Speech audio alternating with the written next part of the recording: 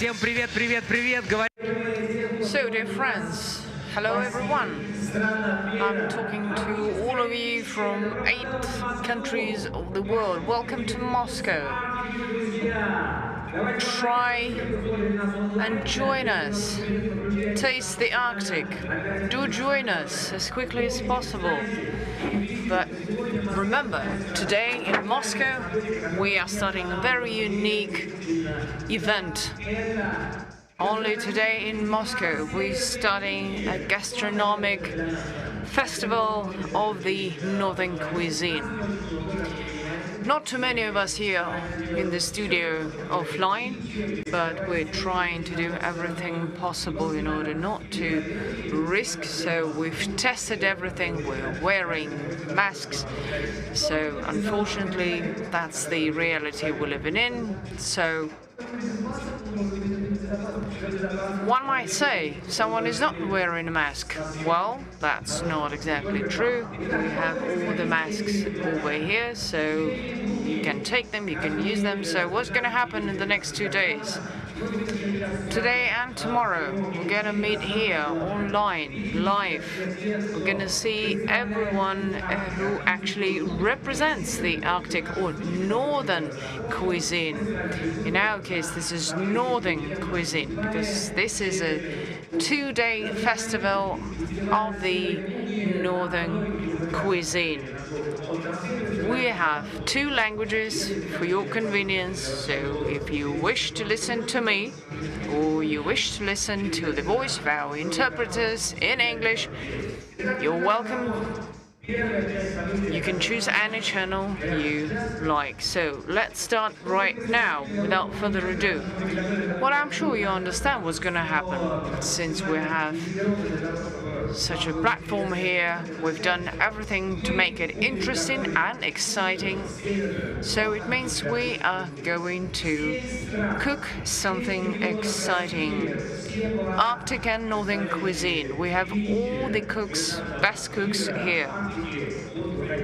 So they are all here. We already have the first cook right here, but as soon as we introduce him, I would like to introduce a colleague of mine, together with whom we are going to be here for 2 days. Artem Lusin. Hi, Artem. Well, I can literally hear the round of applause on the other side of the screen. So it's going to be a tasty day. Not one, by the way. Hours and couple of days. This is going to be great. I can talk about this for hours on end.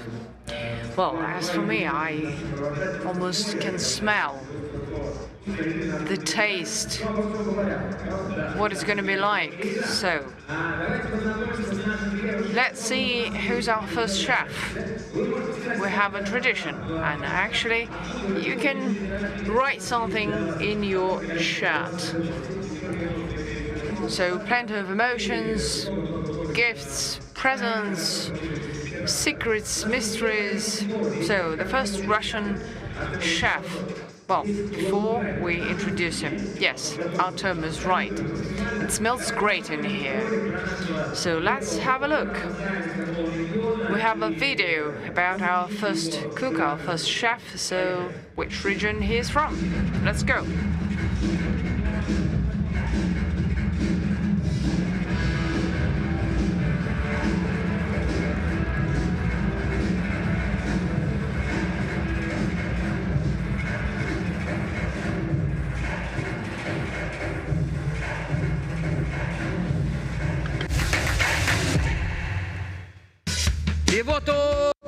And there he is, Evgeny Alfan. He's from Saha, Yakutia. So, Evgeny, welcome.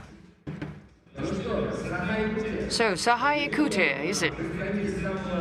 So great, we have a representative of a great and biggest regions, 1/5 of Russia.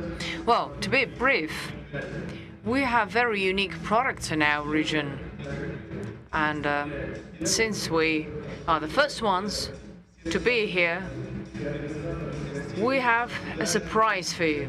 This is a blessing for everyone who is going to taste this. This is for good luck and success. Okay, Evgeny, am I right? When we talk about the northern cuisine, it's always about mixture of culture, of taste. So what is it that you have here? Well, actually, I had a question. I saw that Evgeny is cooking something, so what is it, Evgeny? Well, these are pine cones and many other interesting things over here. Okay, I see. I think it's all about pine cones. So what are we cooking today? Well, as I said, we are going to cook something that is served to respectable people, to women who gave birth to child. So this is a traditional dish, and it is really great. And this is really simple. We're going to take butter, we're going to take flour, milk, salt, water, and we're going to use some meat. So this is a heart of a really small animal in our region. So this is all about fire. So we're gonna start our ritual. So it's a fire blessing. Okay, so it's not just cooking, we're not just mixing, we're not just frying, This is not just like that. Right, right.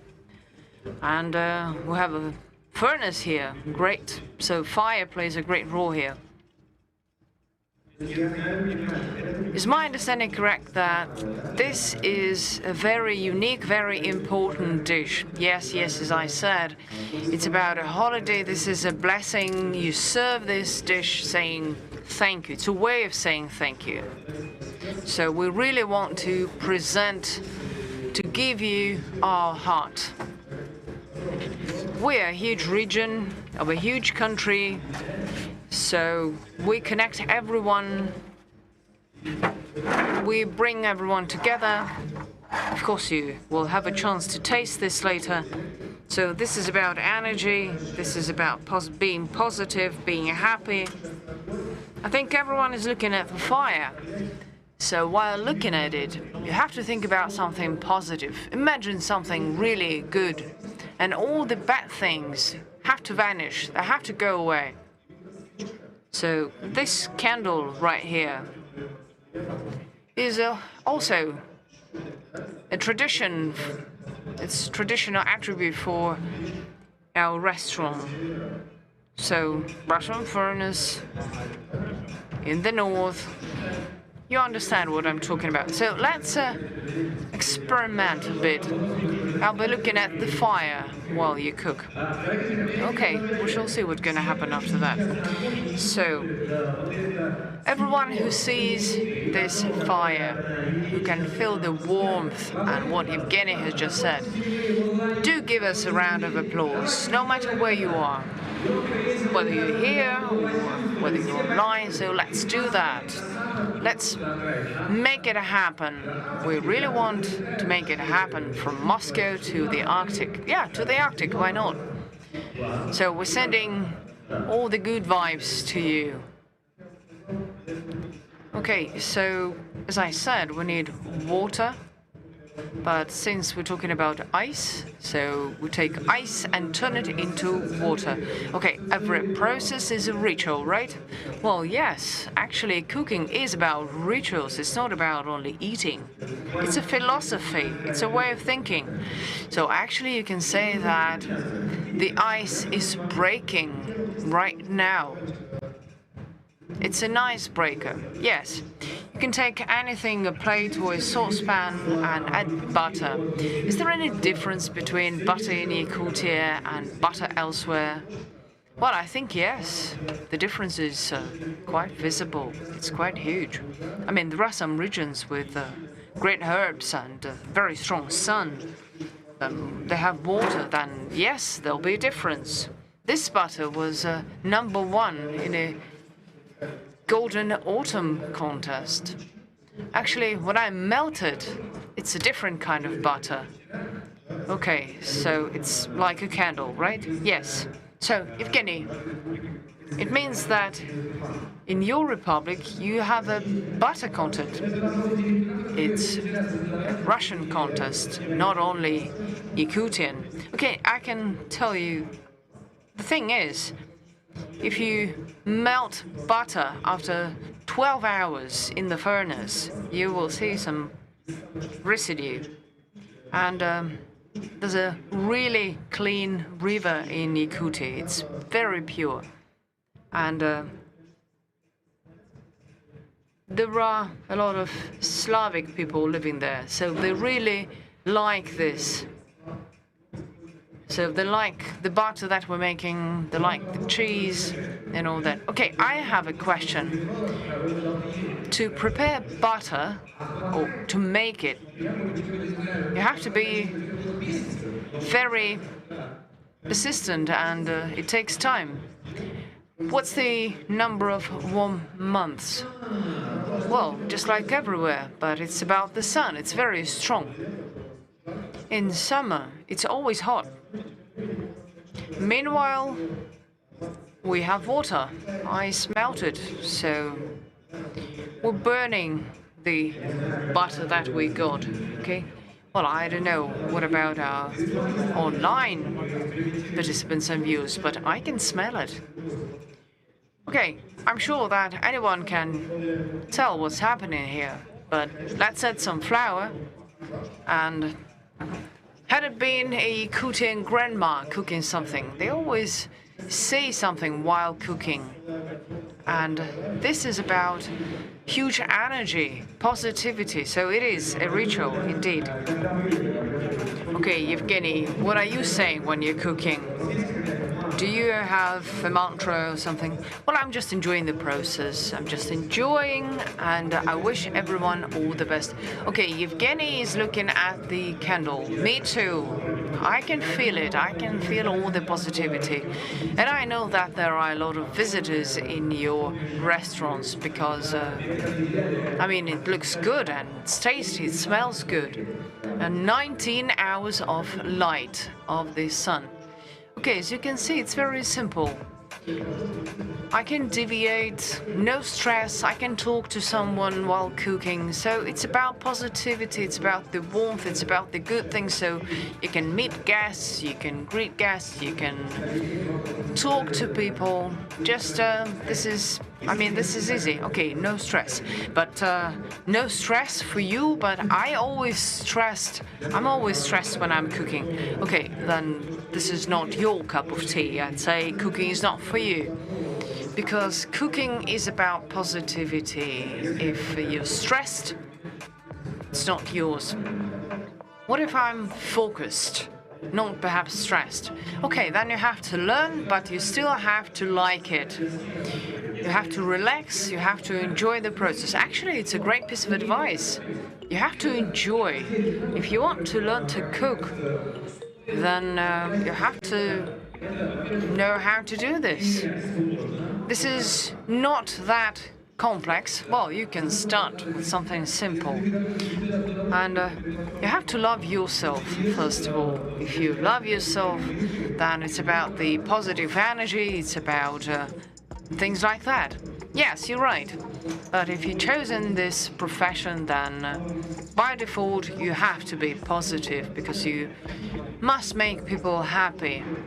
It's not about whether you want something or not. You have to make everything possible to make it happen.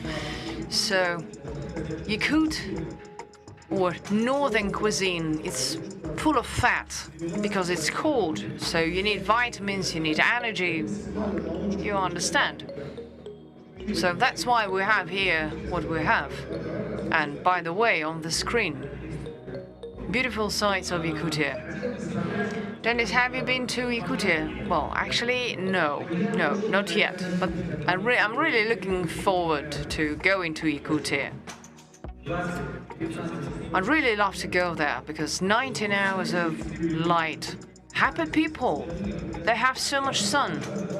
Yeah, actually, it's true. It's true. And we are really happy that we have a chance to bring together so many good cooks right here. Okay, so what we're gonna do next? We have several halls right here, so there'll be more from other halls. There'll be questions. So, by the way, Evgeny will continue, but we have a great hashtag, so you can use this hashtag because this is great. You can post it in all social networks. Okay, I'm watching the fire. I understand that. So, Arctic has, or there is something Arctic, whatever. So, what is there? Actually, there are some flowers that you can eat, and we can show you something already today.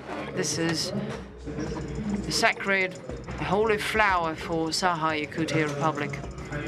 You can't actually take it anywhere else outside the Republic. Even if we talk about Russia, no, you can't do that. Just Yakutia. So this flower can be eaten, and now we have fields and fields of such flower. So, and the colors are beautiful, orange, lilies and something else. So it's edible. Yes, it's edible. If you really want to. Yes, and actually one more factor is actually why we're supposed to go there. How it's called? Salta. Very interesting. Well, I mean, I just really like this name. The way I actually got it and understood, so it should be added, and when you add it, you have this sense of nuts, especially when you roast it. Well, I heard how Evgeny said it. Yes, you need to add it and to get this kind of a flavor. Especially, I mean, I have another question for you. Well, what do you think? Do you think it is actually possible to actually learn to do that, or are you supposed to be born with that? That's my question. I think that there are certain preconditions that also identify your love for cuisine and for kitchen in general. So I think that, well, just answering your question, it's very important to understand whether you actually feel it or not. So that's the point. And for example, right now we are eating a little bit of milk, and it's a little bit fatty right now. But I really like it. At the same time, I can also perceive it in a different way, and I don't really like it always to be absolutely be fatty like that. I think that every actually woman who likes to cook, she has her own recipes and her own approach to all those things. It's as simple as that. If you really know how to cook something really delicious, I mean, this looks like a porridge, yes, like a porridge, but at the same time it has a special flavor.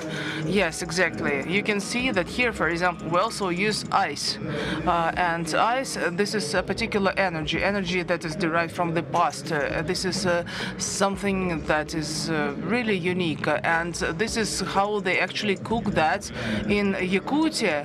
And herbs that we're going to use, they are also special. For example, this is actually done in Hanu, settlement in the Arctic region, and I remember when we went there for an expedition, we went to a location that is called Ustach, and there that was an incredible location, an incredible cuisine. So, and on one hand, it was a little bit sweety, it was quite refreshing, but at the same time, we felt that there they use a lot of herbs, different herbs. Just look at this. Yes, it's kind of a porridge. Yes, I agree. But at the same time, it is very, in terms of caloric intake, well, it's very rich. Wow, Evgeny, I can't believe that. That is incredible. So we need to wait a little bit right now. And as for the original dish, that's what it looks like. You can see this kind of, yes, it looks like a porridge. Again, I would like to highlight that. But I really like it. But porridges are absolutely different. You also have to understand that. As for Yakutia, they really love to eat that, and at the same time, you just need to look at the structure. It's not something that can be compared to what you actually cook for your breakfast. Usually, well, it is called, for example, katiya. That is something that is well, actually served for very important guests. Yes, really. You can see that it's very solid. It looks like a porridge. It's very good, friendly, etc. So when you come to Yakutia, you will be overwhelmed with this feeling. I mean, their level of hospitality, that is incredible. And, well, that is why actually their food is just like that. It really creates a special atmosphere. I would like to repeat once again. here we are meant to unite people. We are the heart of Russia, and geographically we are located right in the middle of Russia. And to us, it's very important to also disseminate this information about our cuisine. And by the way, we also not long ago went to Omsk, for example, and we saw that we had a lot of the features in common. So, what about this particular dish that is called salamat? I think that it actually reflects our particular attitude to people, to life in general, and also it reflects the mentality of northern people and also Yakutia. They really love guests. They like to accept people in their homes. It's also the case for the Caucasian region, but it's not that much, as much as, for example, what we can see also actually in Yakutia. As for example, horse meat, yes, so they also love to serve it. You understand that it actually is very rich in fish oil, for example. And the point is that if you really want to get all the possible vitamins and things like that, so you are meant to eat that. But apart from that, they also have special traditions regarding this tradition. I mean, how they cook, for example, horse meat. There are special types of horses, and they are grown to be then eaten by man. And also you use a small grinder. Yes, exactly.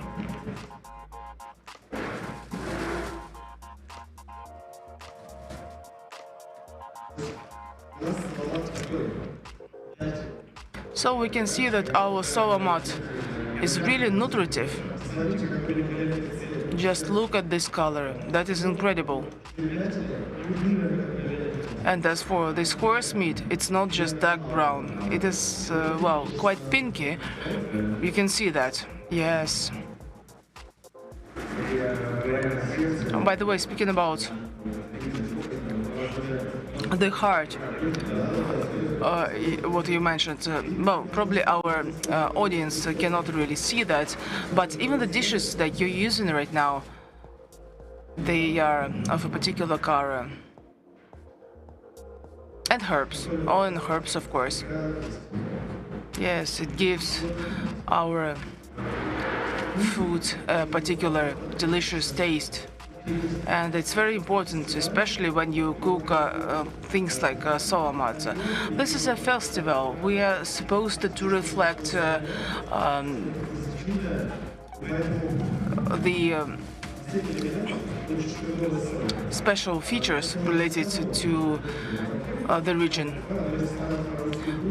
But this is something that is cooked at Tapuri, exactly. We are here to tell you more about Siberian cuisine and about some attributes related to that. So as for the cooking methods, we use different types of cooking. For example, we use oven, and well, quite often we also use a lot of salt. It is added to the dishes.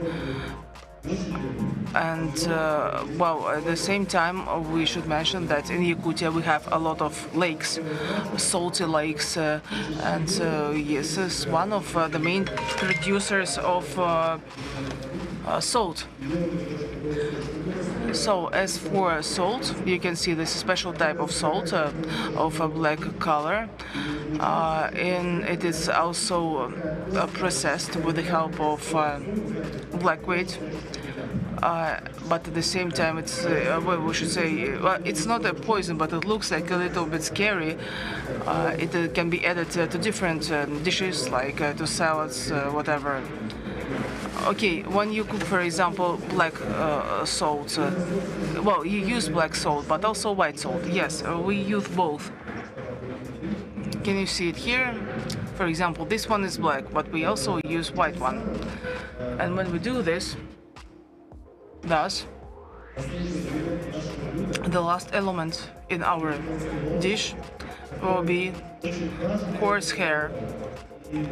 And it's really important to mention that because different towels, covers, ornaments up to different pictures used in different households, well, it is also used there as a respect to the animal. We just highlight this link between us and animals. By the way, Elvis Presley, you know, this special holiday, and when we make a circle with people. And here we just use a little bit of salt and bread.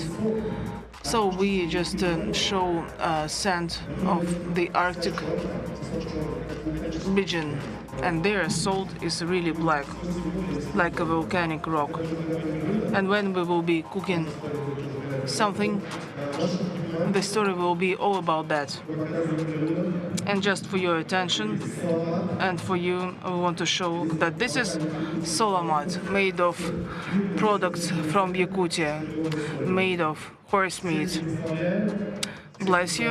I would like to congratulate you on the beginning of this festival. And I hope that you will never regret visiting this festival. That is great. We have here a lot of people from different regions, from remote destinations, and we will be cooking something special. That is great. So it's really great that you are here. And we, on behalf of Yakutia, would like to congratulate you on the commencement of this very important event. Evgeny, wow, he kind of sent his blessings on the forthcoming 2 days. Thank you very much for your words, and I do understand that guests here, they now have a chance to try this.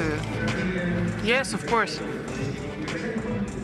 And you actually never try anything, or would you like to taste it, or what?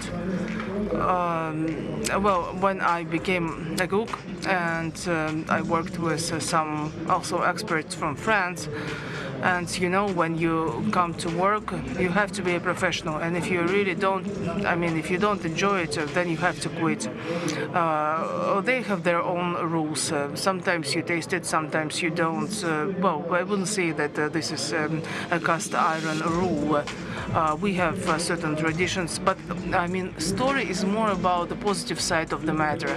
And right now you can see that this dish is very fatty, but at the same time it's very nutritive, and it's really rich in terms of calorific intake.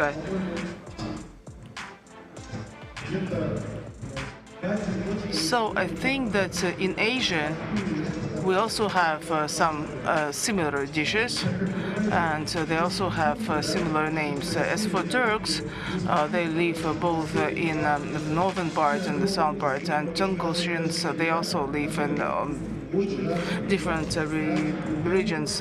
So we have a lot of people from different locations, but at the same time we're all united by one common idea, and with this idea we will be cooking today all that. So I hope that our audience can feel all that, just like me. I'm looking at this, and then I can see the smiles, I mean, judging from the smiles of the people around me, that they are really interested in something that is being shown to them right now. So let's give a round of applause to our first cook. Wow, that is incredible.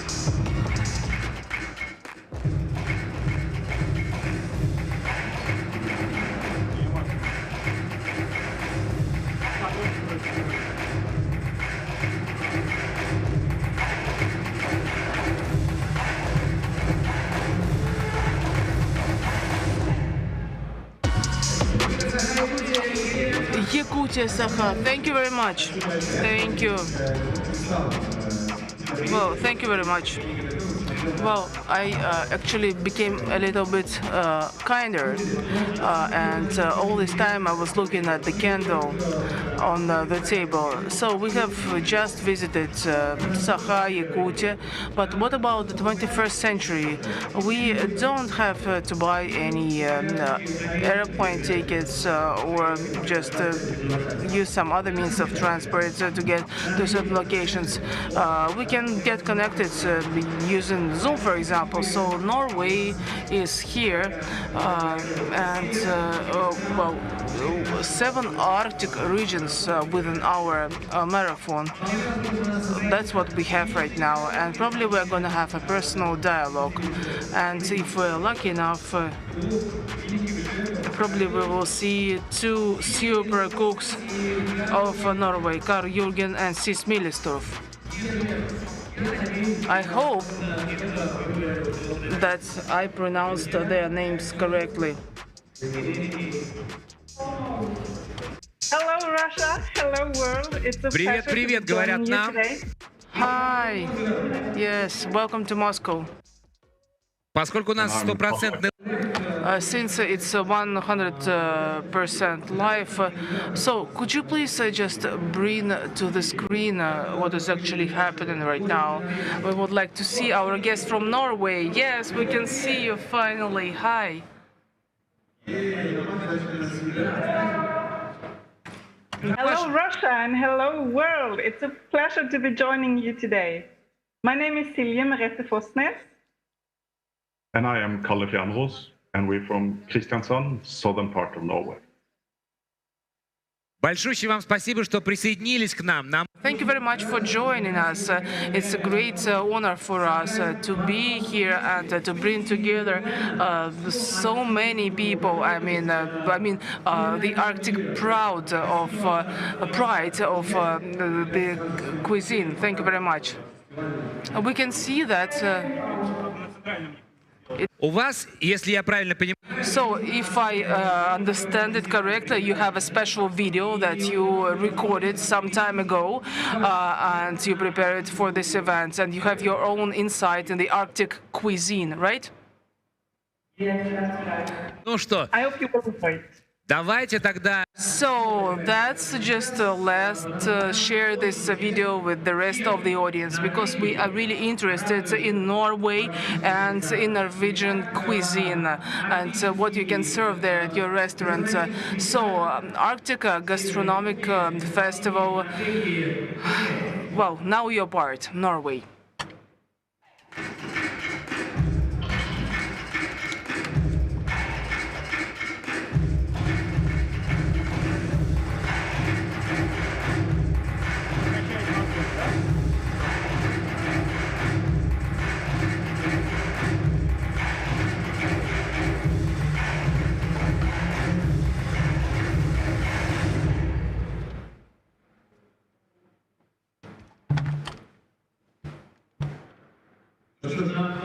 Well, I should say that yes, we're now back to our Zoom session.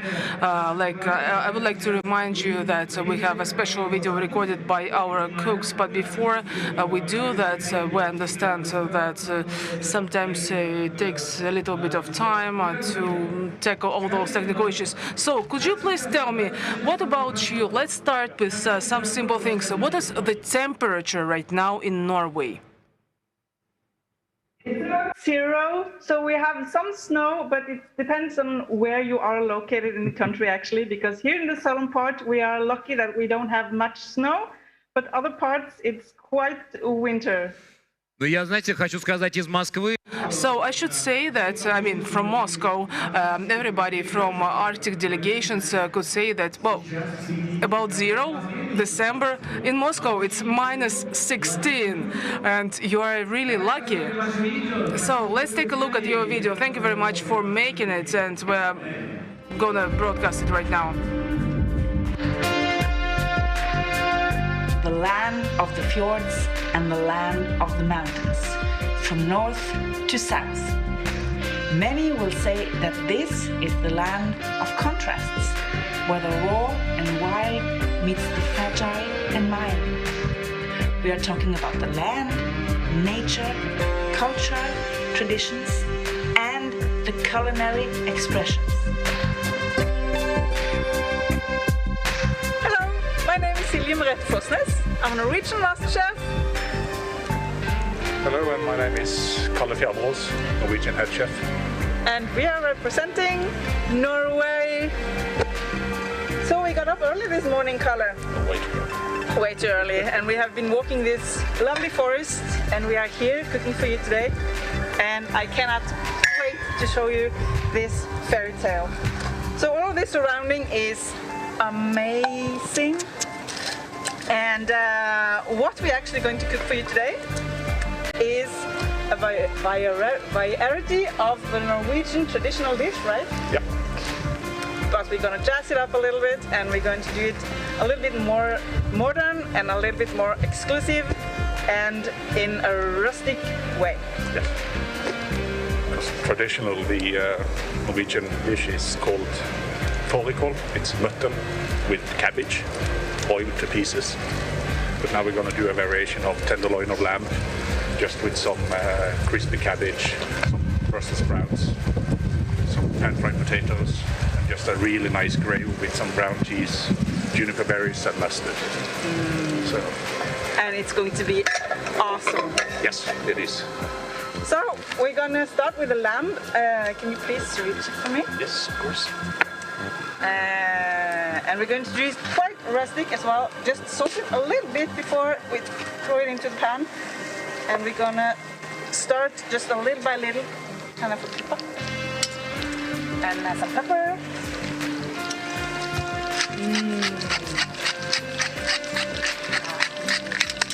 So we're gonna start with spicing it on one side first.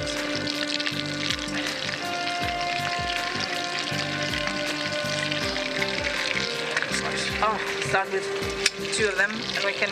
Yeah. We use what we have, so the snow is actually working as a cooler today. So and then we're gonna sprinkle some more spices on top, and it's going to be Gonna add awesome. some garlic. Just a little bit. A little bit of garlic. So we did some preparation before we left the house today, and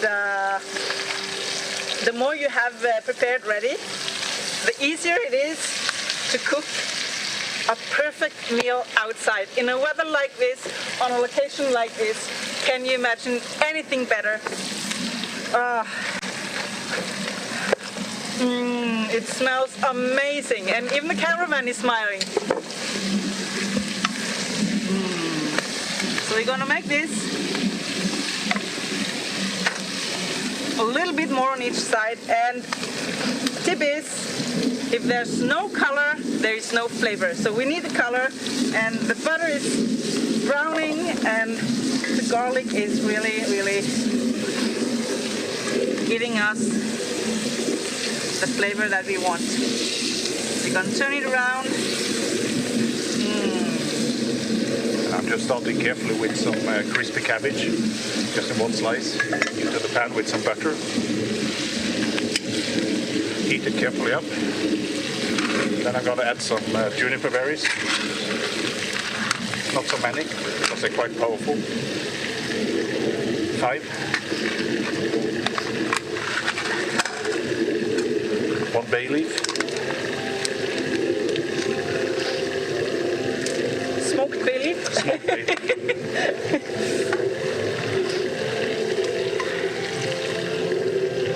The juniper berries we got from the store, but actually these woods are magical in the fall for harvesting your own.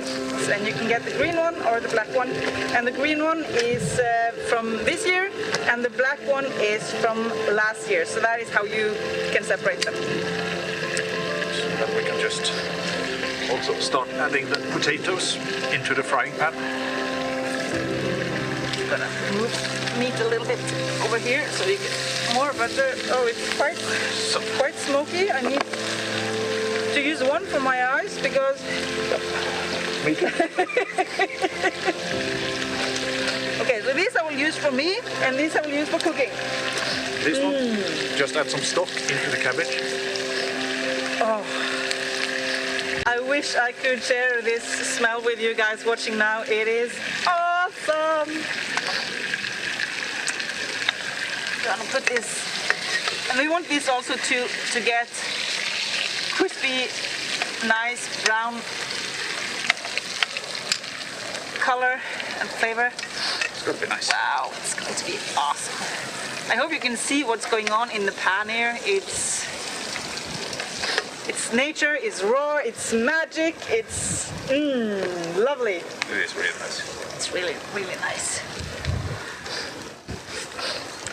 So we actually chose to do this menu because it is tradition of using lamb and the sheep for centuries. And actually the culinary team of Norway has won several medals using lamb in their dish. And also, as you mentioned, the traditional dish of Norway is using lamb, so that is why we chose to use this one. But Norway is a land and culture of many things, and also the location we are here today, it is not a coincidence that we are here. Norwegian seafood are well known because of the pure ocean that we have right behind us here, and shellfish and salmon is important to mention as well. So we're gonna use that for another time.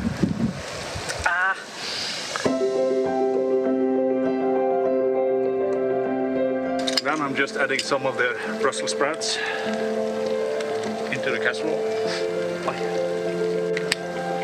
I'm gonna turn the potatoes as well, and the garlic. You see they got a nice color here.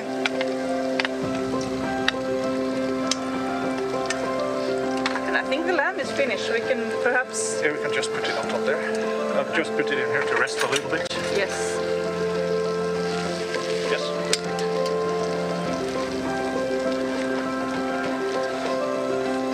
Then I'm gonna add some whole grain mustard into the sauce.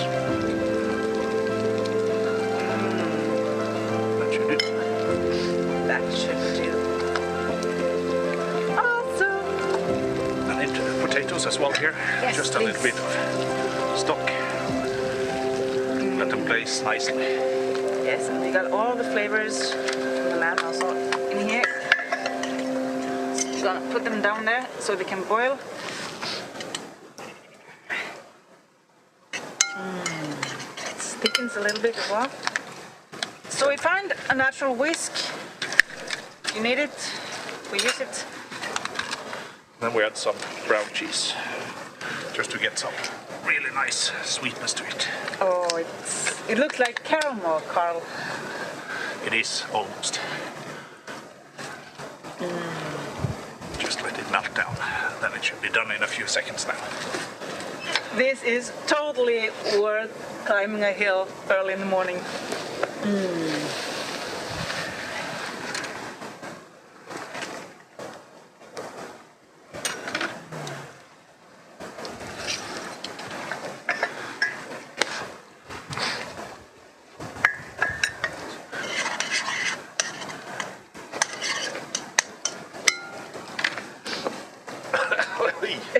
Then season a little bit.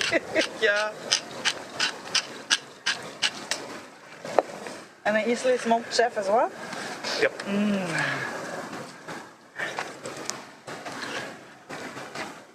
Oh, it's starting to look really nice.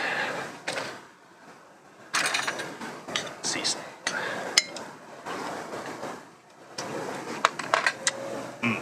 Nice.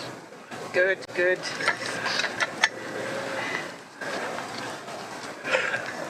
I would like to keep them a little boil as well, and I'm gonna add this in here just to get the flavors out from the pan, from meat, and a little bit of wilderness. Not too much because it will get bitter. Just leave it there. That's brilliant. Can reduce down the stock. Yeah. This. And then we're ready to serve in 3-4 minutes, I guess. Yes, and we need to dry the plate because it's snowing again.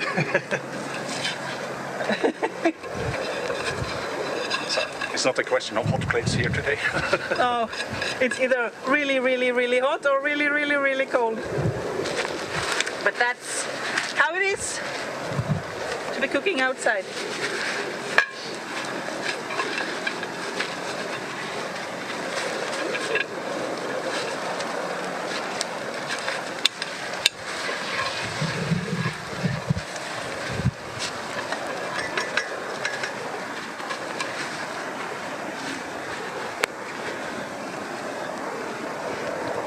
So much snow on the plates. Not a challenge you're used to, huh? Not exactly. It's not so much in the kitchen. Much snow in the kitchen. No, not so much. Oh, Not so much. just a little bit.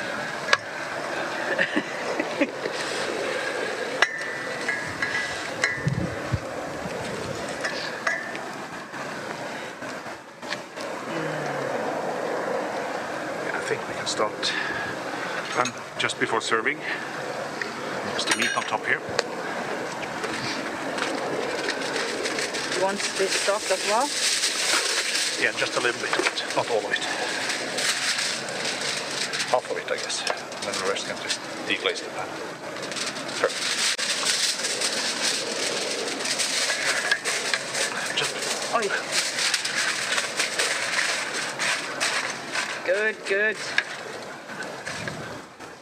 I would prefer to add just a small pinch of butter here to just glaze it on top before we serve it. Perfect. I think we also can add the leaves of Brussels sprout in here. Yes. Not glazing. Heat them up, and it's for decoration as well. So we use the green and the red one as well. Just want to show you like this.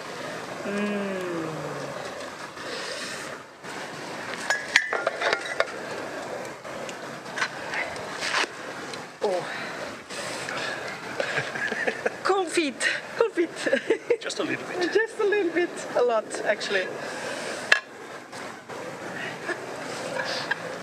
So it's December, snowing, it's soon to be Christmas. Perhaps we will get a special guest later. I don't know. It Just will be have to fun. see. It will be fun. Yeah. Then I think we can start plating.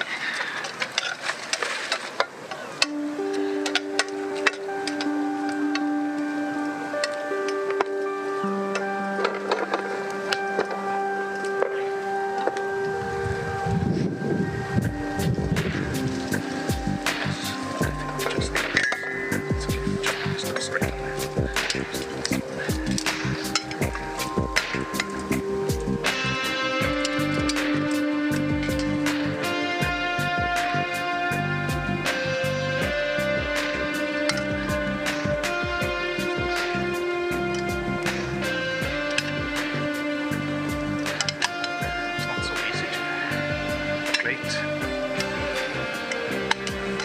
Also the fire. And the smoke and the snow. A little bit of everything. It's not very normal circumstances this, No. but it sure is a fun one.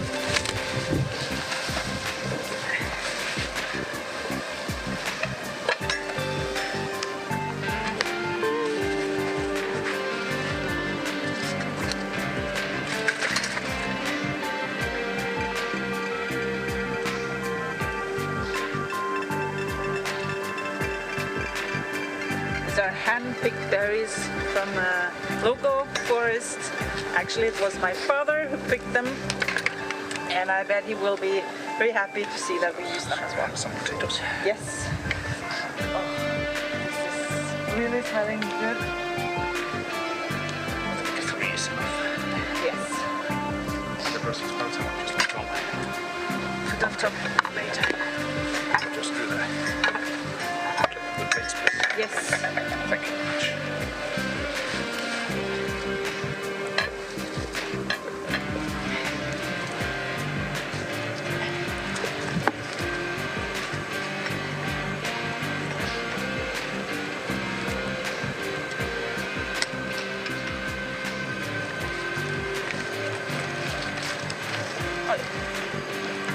So far away. Add some of the shoe just to finish. Wow, wow, wow.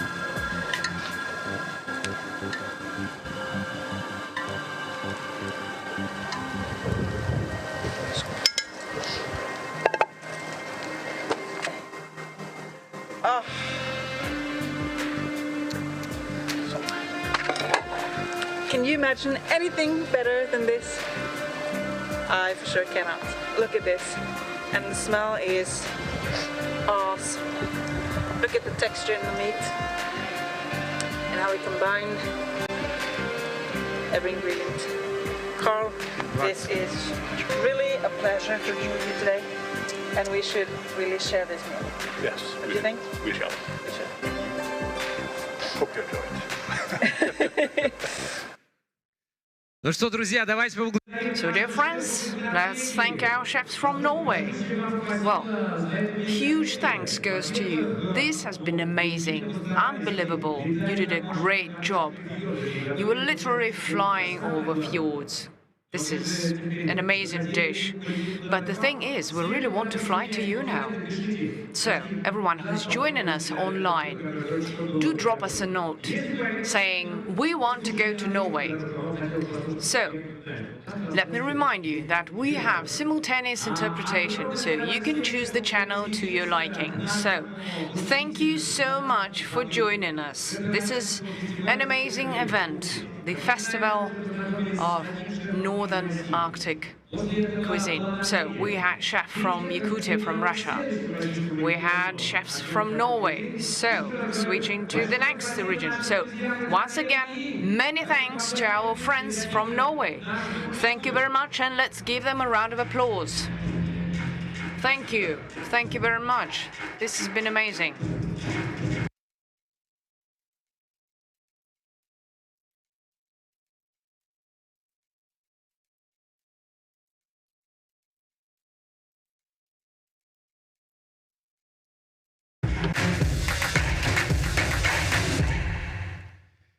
Силия Меретте Фоснес была с нами, ну а мы... Okay, now we have to move on, but it's always great to say thank you to all the people who made it happen.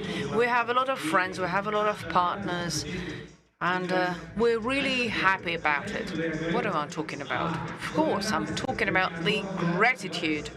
And I would like to thank our communication information partners. You can see all the logos, and we would like to thank for support our partners, the national video hosting RootTube.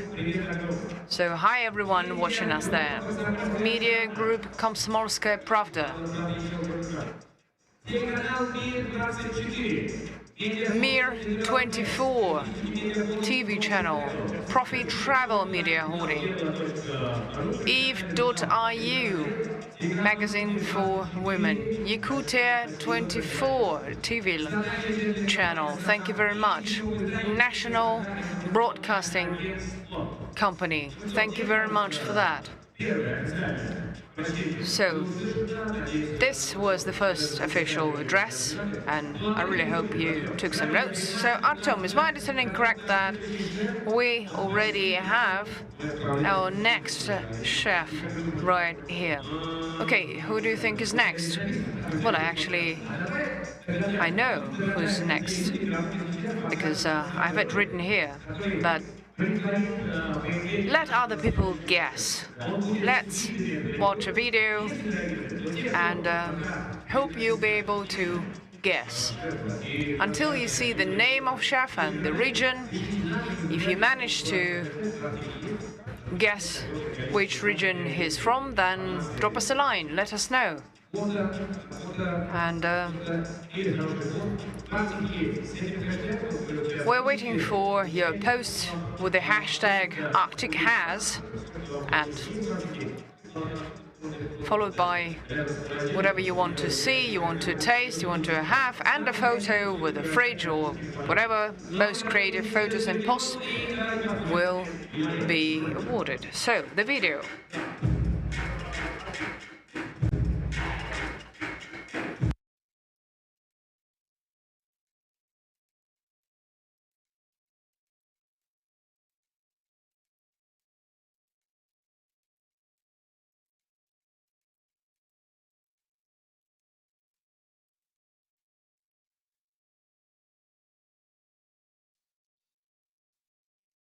Okay, Arkhangelsk, Andrei Anikin. Hi, Andre. Hi. Actually, you have a beautiful region. Well, it's true. It's the heart of the north. Okay, so how are you feeling today? Well, I'm feeling great. Hi, everyone. So today, I would like to tell you our story. Tell you what do we have. I come from Rumi restaurant. This is restaurant in Arkhangelsk. This is restaurant of northern cuisine. So we have a specialty. It's sushi. So this summer I went to expedition, traveled through Onesh Lake. I talked to local people and I learned a lot of interesting things. And I'm sure our Scandinavian people know what I'm talking about. It's dried fish with salt. It's dried in a furnace, then they salt it, then they hang along the furnace. Then they prepared stock. They put it in a saucepan and put it in a furnace. So they close everything. They actually made sure that the insulation is perfect, and and left it overnight. And in the morning they took it out, and actually it was unbelievable. Very strong and thick stock. And that's what we're gonna have today. So we're gonna cook codfish, and one more very unique thing is fucus, the algae that actually grows in the White Sea. And it's from your region only. The only region that has it, right? Well, actually, in Arkhangelsk, we have one of the biggest manufacturers of such product, Fucus factory. No, hang on a second. Algae is grown in a factory? No, of course not. You actually can find algae, you can get it from water, and then you cut it first, and then you have to process it. Okay, but you have a factory for that, right? Yes, that's what I'm talking about. So I decided to add this algae, this weed, to this broth, and I got this a special type of broth that is really great. Well, sounds really tasty, incredibly. And also for some additional taste, I decided to add additional sunflower oil with this particular taste, but I mean, it really gives a very good taste. So I think that we should start actually. And if we just go very quickly through the ingredients, what could you actually comment on that? I actually here have halibut, this fish that will be added to this broth. And I decided to also use some cabbage and to use some additional seeds, our traditional product, which is used in different types of bakery as part of organic material. And as for this one, well, I should say that it is very actively used in different types of dishes. We also here use some oatmeals. What else? Cabbage, kefir, and here we get this kind of product made of our traditional products. It is also accompanied by sour cream and also some baked apples. Well, halibut with a strong, creamy, dried broth and white sea seaweed, accompanied by baked cabbage and local fritters, smoked sour cream, baked apple, and Vanda's caviar. That is incredible. Here is the recipe. So I will just send it to the oven for a bit of time, just to make sure that they are warm enough. Yes, of course.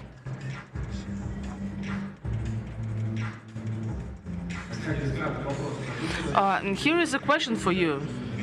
What about the temperature of the oven?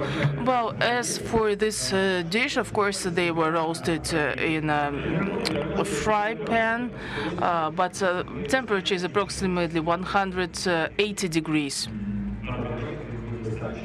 I think that just probably 1 minute or 1 minute and a half, that would be enough. Sushyo, I just love this name. Yes, well, actually, to me, it was always interesting to find out more about our cuisine and also the way it is actually served in different restaurants. We wanted to add a particular taste to that. So you can see that right now you use a particular temperature regime just to warm up the broth a little bit. Great. Basically, we can glaze and have this halibut glazed a little bit. You know that it was kept in a special salty substance with a little bit of butter. So this is butter. Yes, yes, yes. This is butter.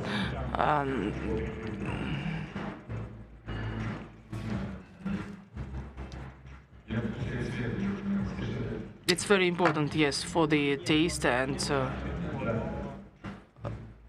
like this. A little bit roasted.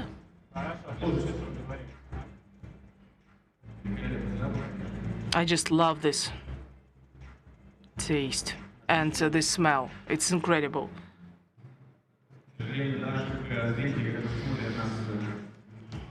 So unfortunately, our audience watching us online, they cannot feel the smell, but that is incredible, believe me.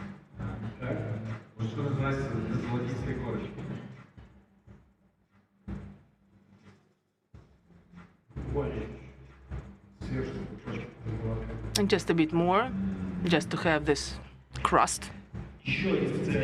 And one specialty I brought with me, this is our special salt, white sea salt. Oh, I'm sorry, but is everything okay with the salt? Of course. So let's come back to the salt. So this salt is produced in the same way, using some old methods.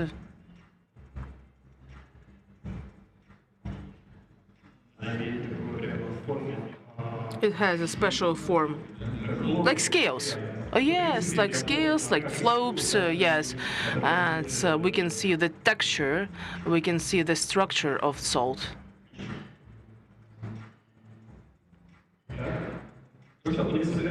So let's bring it all together. The most important thing is not just about cooking it, but also about preserving these recipes. But what about cooks? I mean, what do you really think about when you think about serving a dish, for example? I think that we always have room for creativity. We should never forget about our emotions, about our feelings, about other things. And I should say that when you see such plates, they are really beautiful. And it also sometimes can be used as a source of inspiration, really. Well, this is quite a creative process. Exactly, and this is incredibly interesting. That's what I want to say. So these drinks will be served with sour cream. No, just ordinary homemade sour cream. Okay.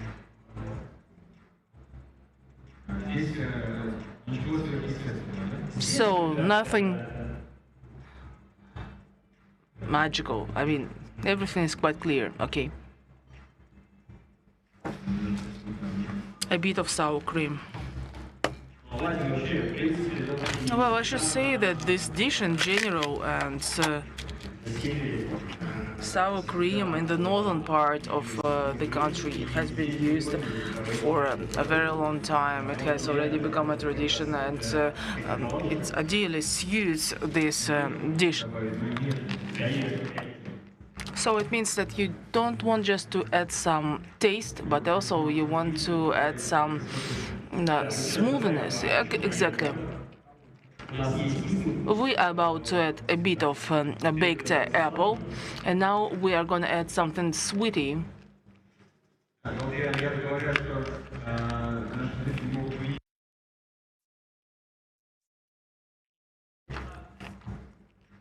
Yes, right now our audience can see the recipe and they can record it. Everything is simple as that. I mean, absolutely simple, really. And one more speciality I brought with me. This is the special caviar. It is usually produced in our Kinazersky region. We have a special settlement there where they actually use that, and that was the first time that I actually used this caviar. And it is produced in a special way. I mean, how is it organized when they, I mean, fish in a spawning period, or how is it done? Well, and what about your restaurant? Well, in fact, people of the northern part of this country, they are quite hospitable, and they are always willing and ready to share their insights. So here you can see, yes, this caviar in a particular cover. We're going to decorate that a little bit.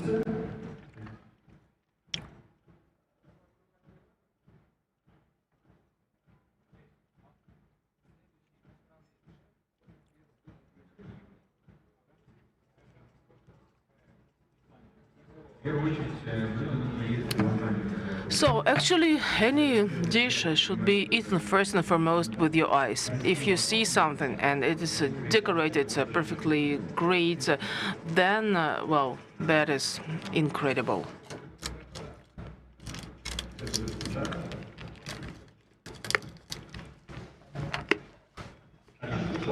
Готов. So the broth is ready.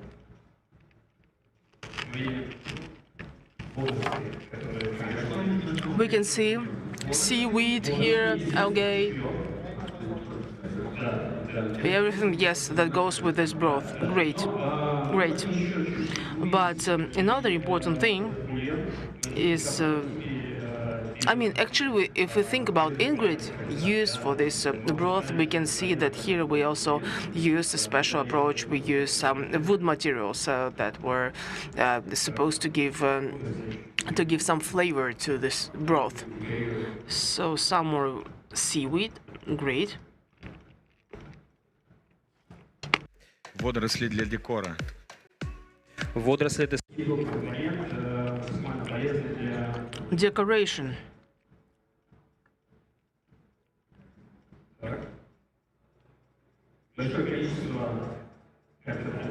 A bit of potato.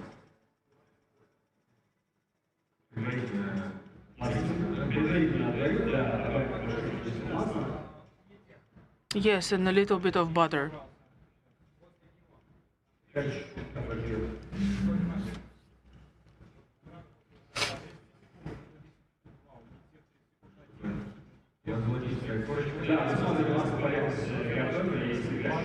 Yes, we covered the outer side of potato with that.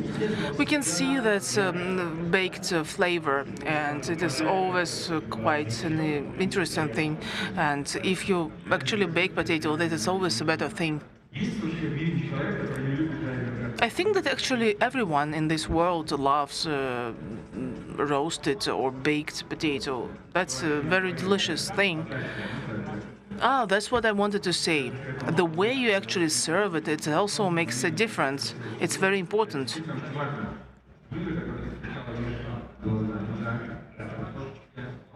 Because first and foremost, you eat a dish with your eyes. If you really want it, you go for it. And, well, if it really looks nice, then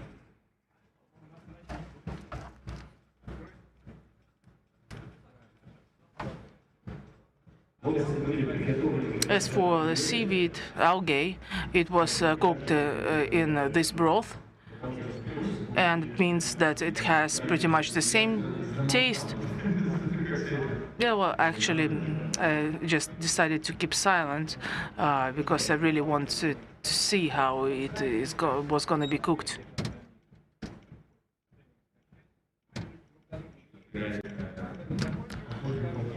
So you're still selecting some items of the same form. Well, if I was actually there to cook that, then I'd probably do it in the same manner. We have already discussed it with Yevgeny. When you cook something, this is a particular process, and you have to enjoy it if you really want to do something. I absolutely agree with that. It is a particular process. By the way, when I cook something, my wife sometimes tell me bad things because I don't clean up all this mess. But what about the restaurant? How is it organized there? Are you supposed to clean up all this mess after you cook something?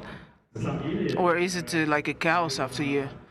Well, in fact, all professional cooks would tell you that, well, they barely cook something at home, first and foremost. Yes, we need to make this clear, because usually we have a lot of work to do.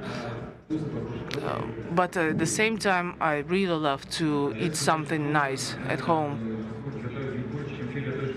So it means that also for example, your wife, she can cook something good. Yeah, of course.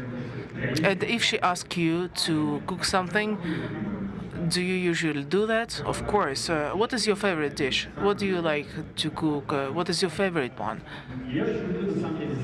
In fact, I really love breakfast. Nutritive. I mean, very good breakfast. This is something that you start your day with, and it's really important. And if you start your day with in the right way, then it's really great. So, finally, we are here. You can see that it is accompanied by white sea wheat and also potato. And now we are about to add the most important ingredient. That's what I wanted to explain how it should be cooked, actually. Oh my God.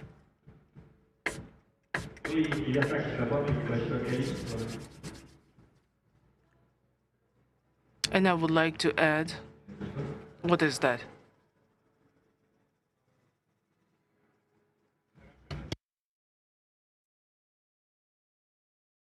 So I added some water.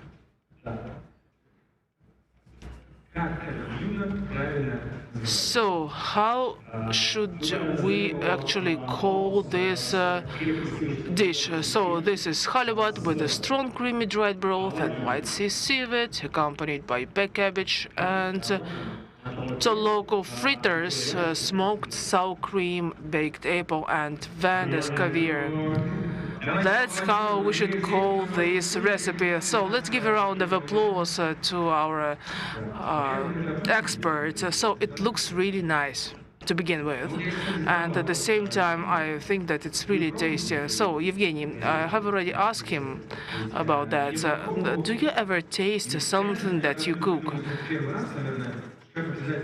Because I think that especially when you come up with some new recipes, you are meant to do that. Yes, well, when the first time, then of course we do that.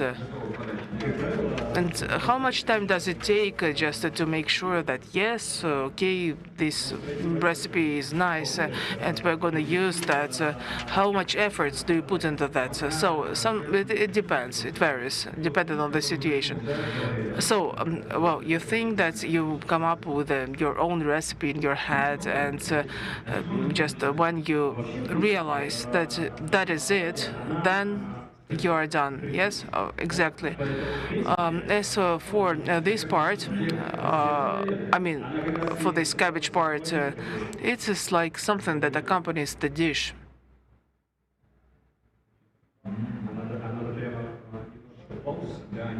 Oh, and a little bit of halibut. I have just tried this broth, and I would say that, well, I can feel this ingredient in form of seaweed. Well, it's really great that my colleague Denis has just appeared. So actually, I envy everything that is happening right now in the studio. Let's give a round of applause to our super cook, Andrei Nikiev. He was with us at this time, which is really great. Artyom, have you seen? I mean, we still feel this light and this warmth coming from his candle, and it gives us another momentum, not just, on top of something that we receive from his cuisine. So let's again take a look at the video.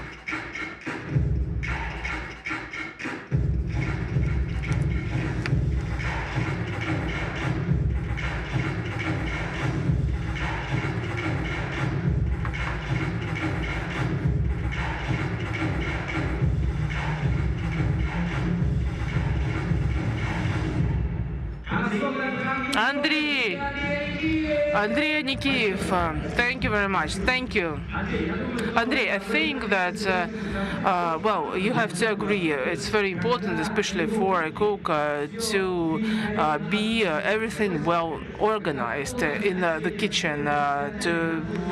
You always want your kitchen to be equipped with all the possible hardware. I would like to thank our technological partners for their support. They did our best in order to make all our ideas come true, so that you can actually share your skills and knowledge, etc. So let's thank our partners and Immunity and many others. We would like to give you a round of applause because you did a great job. Thank you very much for your support.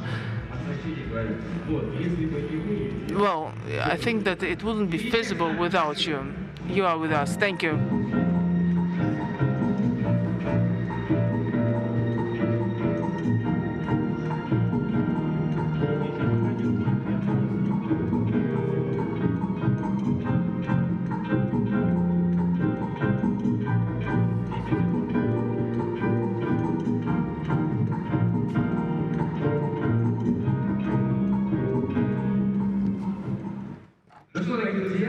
So, dear friends, we would like to say thanks to all those who actually support our project, and thank you very much for that. I would like to remind you that we have a real festival here of our northern cuisine. Thank you very much for keeping a very close eye on your diet, on things that you actually eat. Thank you. This online marathon gonna last for 2 days, we have just visited the Arkhangelsk region, and now, friends, I think that we can feel this gust of winds, and now we are about to fly to Iceland in order to see who will be there. So, our next expert, your attention to the screen.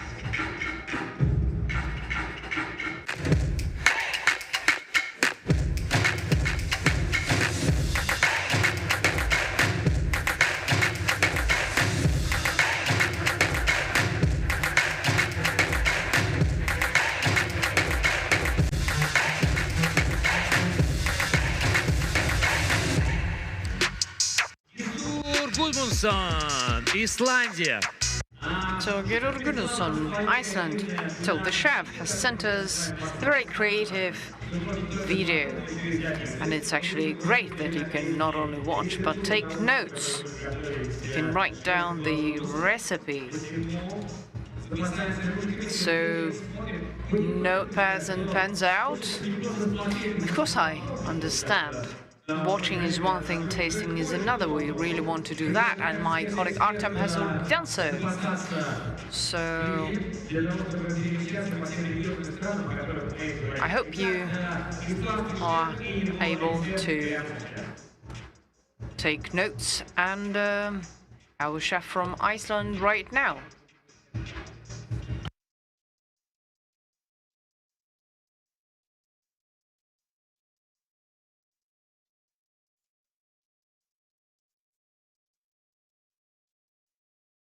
So here's the recipe,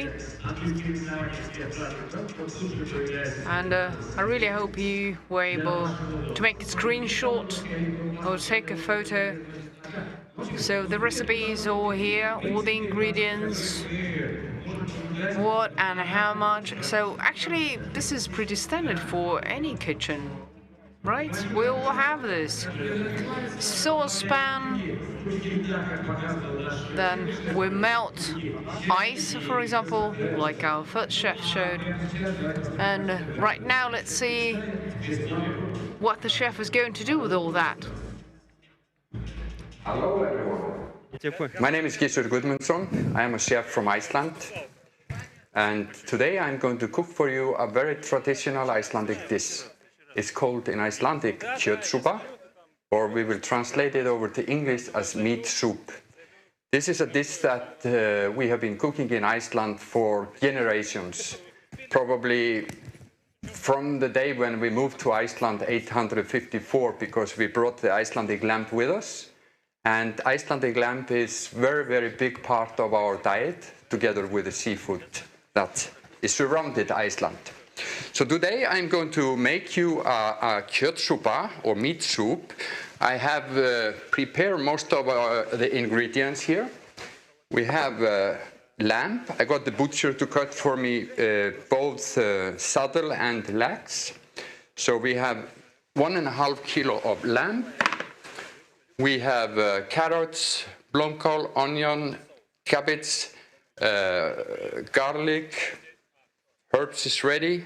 So let's just dive into it. We will start making the onion and garlic ready. So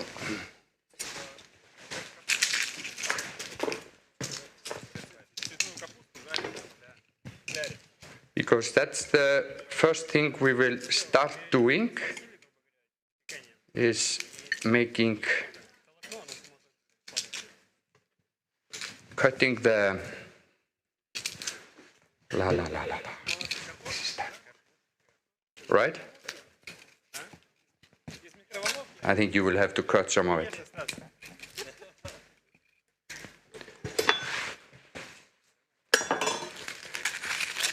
So we are making the onion and garlic ready, and then we will fry that together with the meat and get the meat going. And when that is running, we will start preparing the vegetable.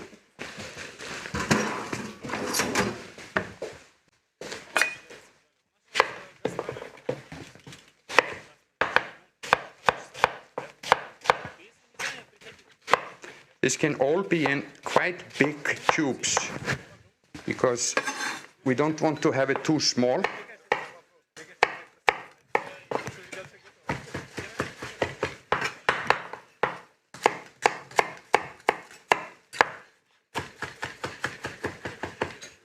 So we start frying this. We get a little bit of olive oil, pour it into the pot, put it on. I usually start from low and up to 7. And then we can start with the garlic.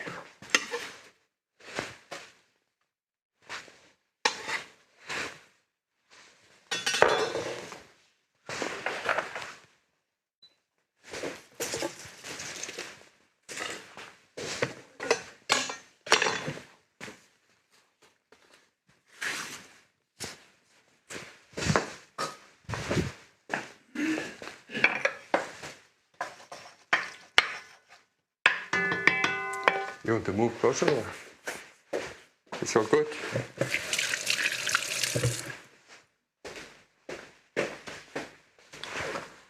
Well, as you can see, the lamp is with the fat. It's very important when you make the meat soup to have the fat. That's all the energy is in there. We are very used to use the whole lamp in Iceland and not take the fat away, because the fat in Iceland on the lamp is extremely good.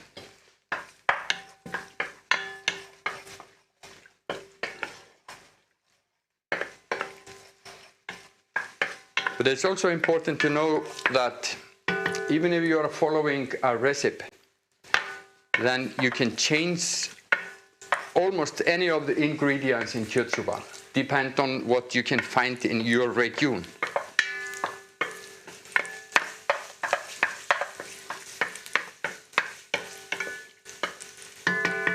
Just let the onion fry a little bit, the garlic, I mean.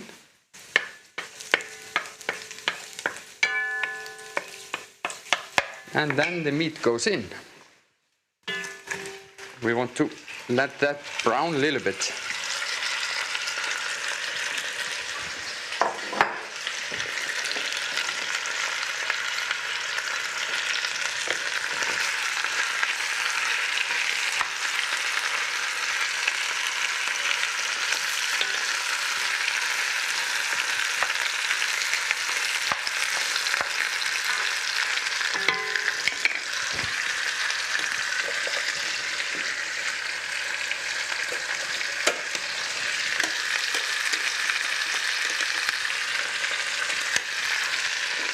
Rosemary we must have.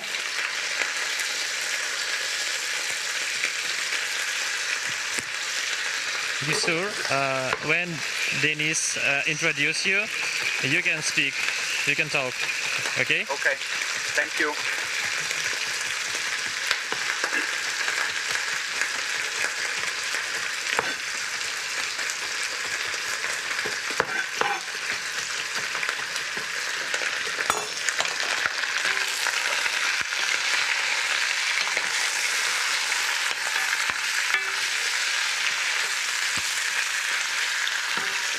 Usually I only use fresh herbs, but it depends on the season when you can get everything.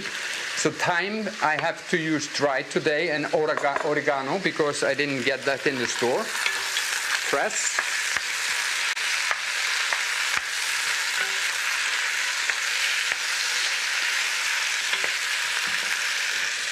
And then I'm going to use, of course, pepper and salt. That's the only spices I will use.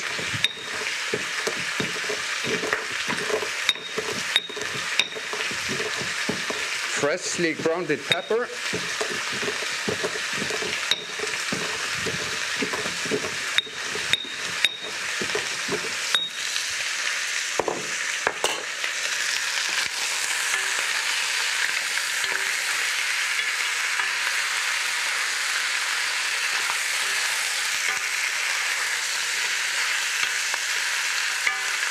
Get it to be a little bit brown, not too much. Then the onion can go in.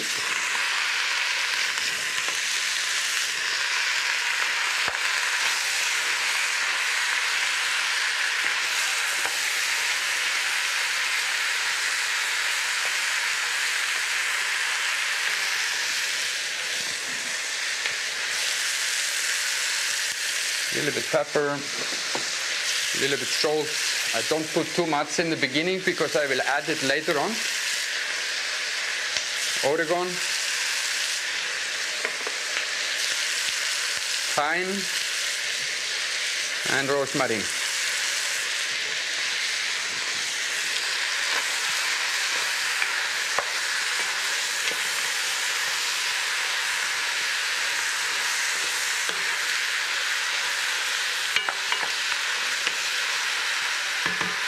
And we add 4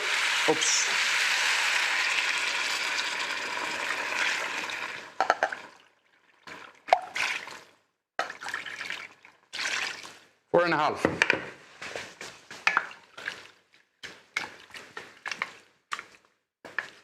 We put it up in a full power.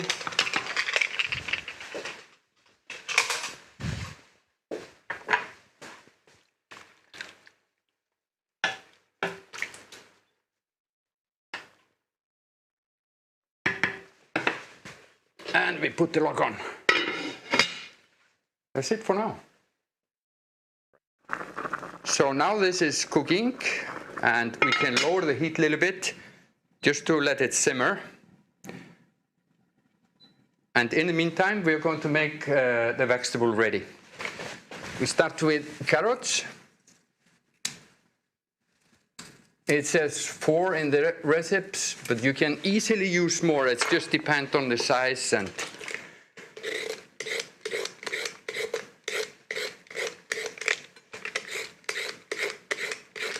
this will go into the meat when it's about 20 minutes left of the cooking time, just so the vegetables are not overcooked. I mean, before, it all went in the pot at the same time, and it was cooked for a long time, but with time we have a little bit changed the recipes, made it more modern, we can say.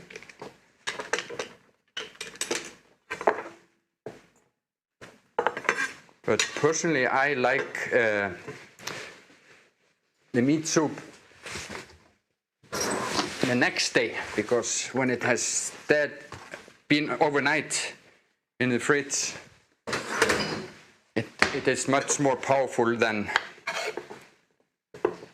the first day. We just cut this in small cubes or slices.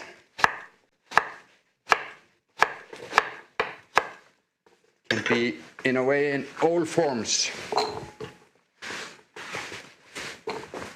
We have cabbage.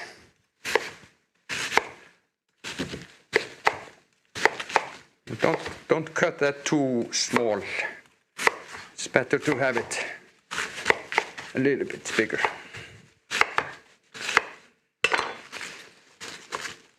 Oops. All this can go together in the same bowl.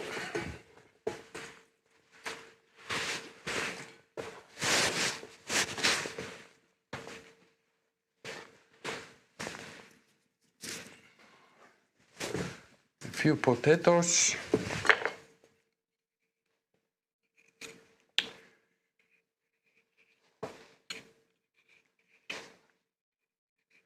I'm taking the skin off now, but normally I just leave the skin on.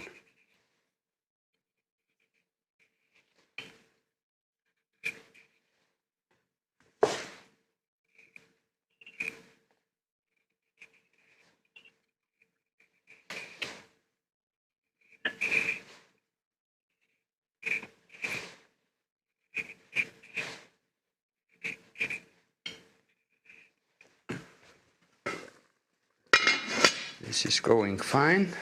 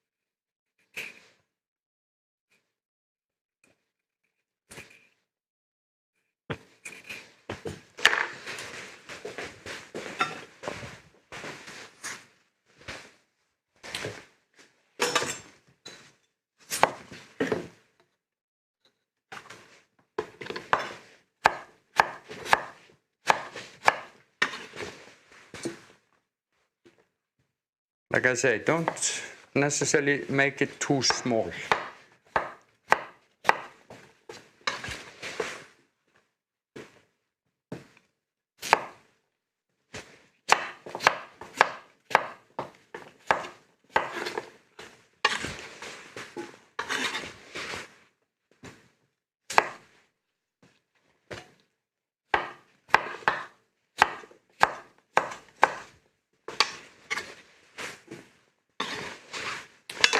Then we have cauliflower.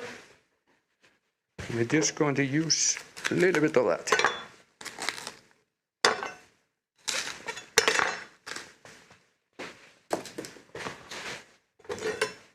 And we just break it down in small pieces, like this.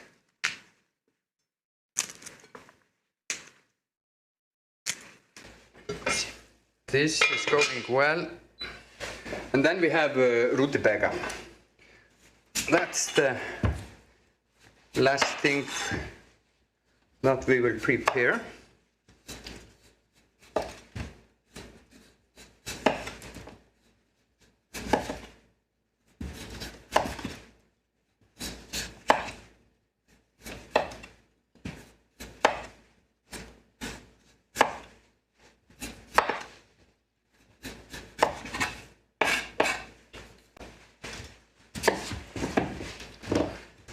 And it's same with this. I like to have it in a little bit thicker pieces.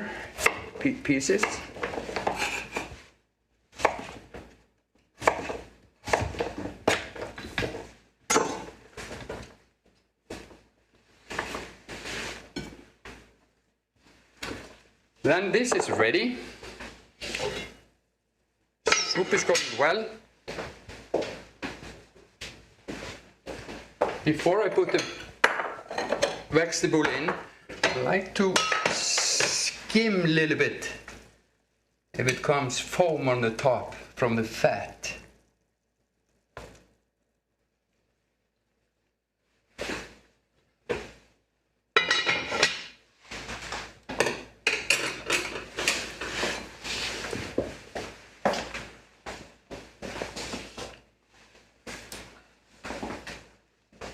Now this has been cooking for about 40 minutes. So now I'm going to add the vegetable in.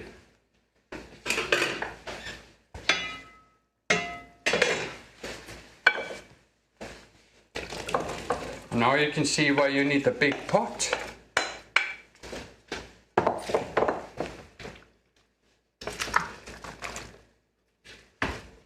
Because this is going to be something I will be eating the rest of the week.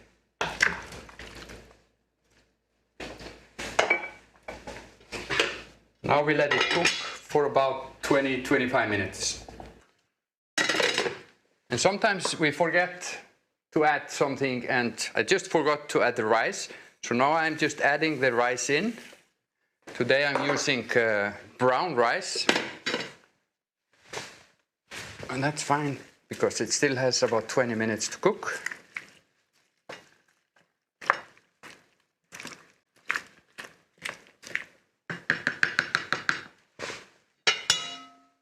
Voila.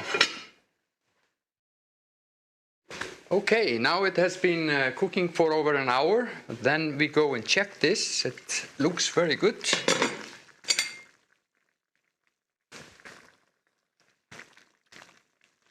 No need to add salt or pepper or anything, so we're just going to serve it. We serve it in modern style and old-fashioned style.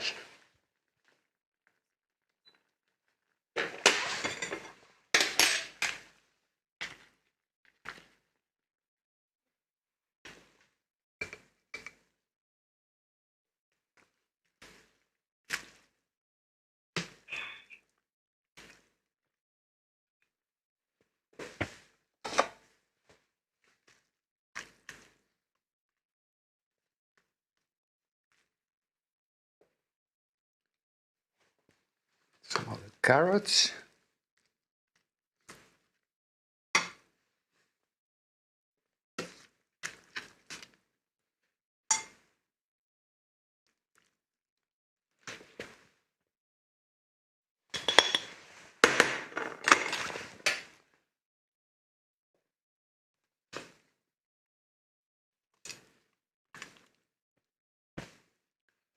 A little bit of each of the different pieces.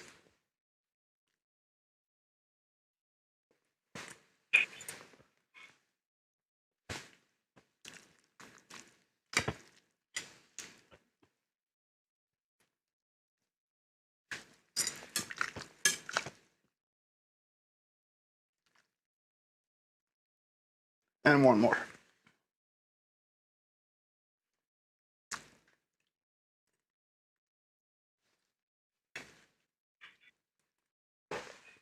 Big meal.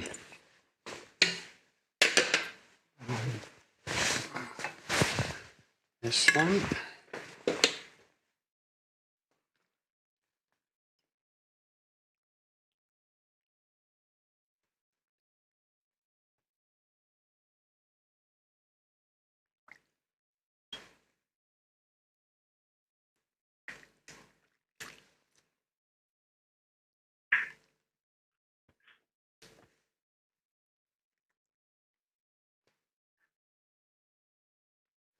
Voila! We are ready to dine.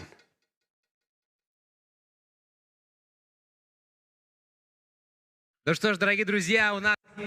So, dear friends, we have a chance to thank Sjur Gudmundsson right here, right now. He's here with us. Hello, Iceland. О, your Russian is perfect. Шаг посмотри. Thank you. Шеф Гисур, скажите, пожалуйста. Chef Gisur, could you tell us, please, what do you think is the main difference of the Arctic cuisine and Icelandic cuisine? How Icelandic cuisine is different from other Arctic countries? I don't think the cooking in Iceland is so different from the rest of the Arctic countries. We are so fortunate around the Arctic that we have incredible fresh and good ingredients. So I think that's the key factor for the Arctic. Во-первых, хочется сказать... Well, first of all, I would like to say that it's best if I tell the truth. What we saw right now, how you were cooking, I'm dying to go there and taste this dish, because this has been amazing. It looked amazing, and I can imagine the taste and the smell. Thank you. So you know you're all welcome to Iceland, and so is everyone from Russia, Ну or что? anywhere from around the world. Да, я думаю, что со всего мира, не только с Арктики. Yes, from all over the world, not only from the Arctic countries. And let me remind you, we have 9 regions here online, 9 regions from Russia and 7 Arctic countries. For 2 days, we'll be cooking, watching, tasting. So once again, let's give a round of applause to our amazing chef from Iceland. So everyone, go to website, buy tickets to Iceland, because hopefully this pandemic and this mess is over soon, because we are dying to taste this amazing cuisine and amazing chef. Thank you. Спасибо. Все, еще вот это можно взять.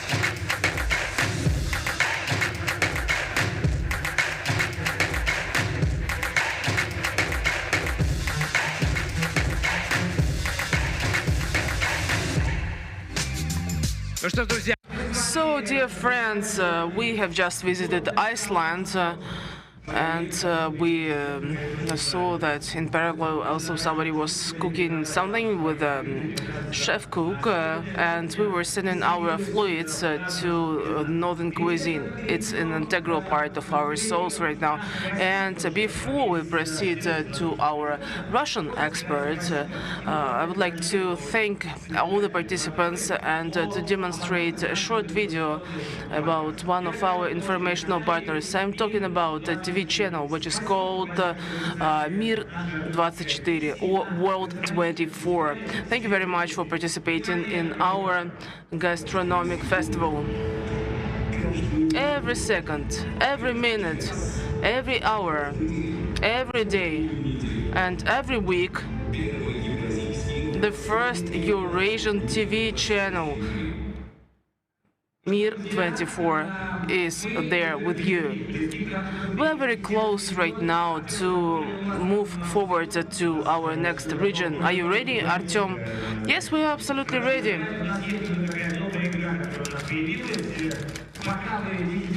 Well, we already have some very interesting rules, and well, I think that's why we see some cooks doing something ready to impress you. we can actually discuss many interesting things. Right now, look at the first pictures and think about where we are about to move within our Arctic Forum.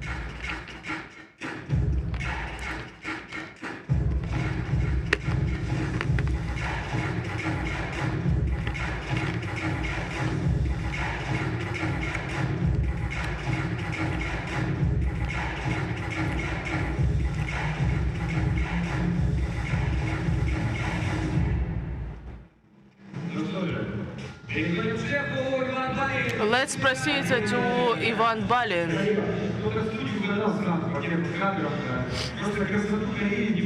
Well, actually, yes, I will be talking about Karelia. Well, we have here representatives from Karelia. Yes, and not just you, but many other people also. Well, I should say that everyone appearing here, well, everybody is in a good mood, which is really fantastic. I think that's the fact that everybody is full of energy. That is fantastic. That's what I can say. It's very important. So, what are we going to cook today? Today, we're going to cook a deer steak. Here you can see some meat and some other ingredients, and that's what we are gonna do today. That is great, fantastic. Okay. We also prepared all the possible ingredients that you have mentioned. Well, thank you very much. Well, within your space, you have all it takes to do that. Here we can see some herbs. Well, it's really great. You can only find it on this plate. What else? We also have here some onion, marinated, and it's salty. Like I said, we have here, okay, so it's gonna be salt, marigold. Well, actually, you can see the recipe right now on the screen. Venison steak. It is just we have full the reindeer meat naturally overnight. That's the most important fact. And also, you have to have a reindeer. Yes, reindeer meat, lingonberry sauce, frozen cowberries, semi-sweet red wine, sugar, juniper berries, lemon, ground cloves, and other things that you have just seen on the screen.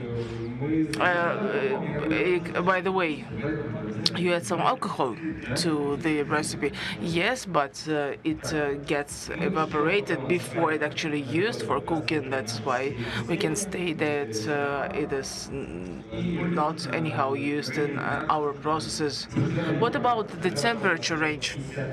Temperature for approximately 53.9 degrees. And it cooked very quickly, because if we cook it too much for a longer time, then it can become really rigid, you know, not so nice. It's not going to be smooth. So here you can see the basic steps, what should be done in order to cook this dish. Well, in fact, it's very important when it comes to reindeer. You need to cook it for a right amount of time. Otherwise, you might really spoil it.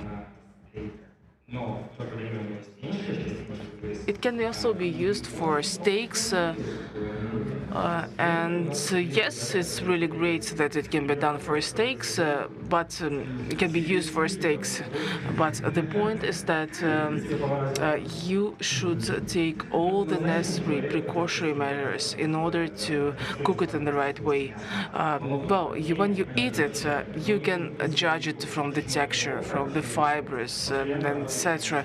I mean everything, whether it is done in the right way or not. We can see what the right part of reindeer should be used for this type of dish.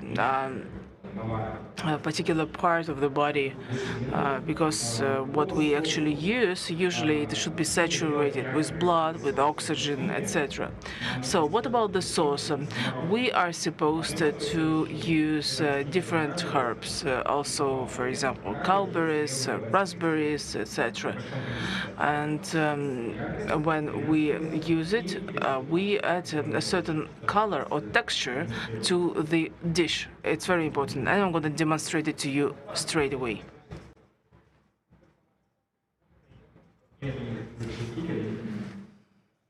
So we can see that everything is natural, absolutely natural. I think that is absolutely important even for our audience from online studio. So what you should take is just take the most important ingredients: meat, some spices, salt, etc. Then you expose all that to a blender, to a sieve, etc. Also, then you add some wine. But this is a frozen product, right? Yes. I just like it. I like the fact that actually you cook it in such a simple way. And, also red bilberry, that's what you use as a sauce, exactly. Yes, because red bilberry goes perfectly fine with reindeer meat.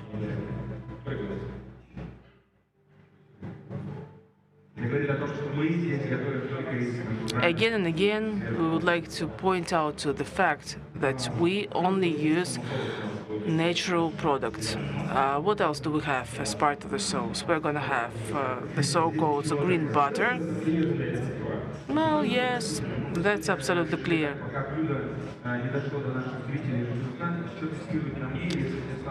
I think that for me it's time today to test everything offline, just to judge about the taste of the food. So is it marinated? Yes, it's marinated. You're gonna grab it by the tail and then withdraw some of the leaves. Yes, petals. Not, yes, petals. So that would be correct, more correct to say that.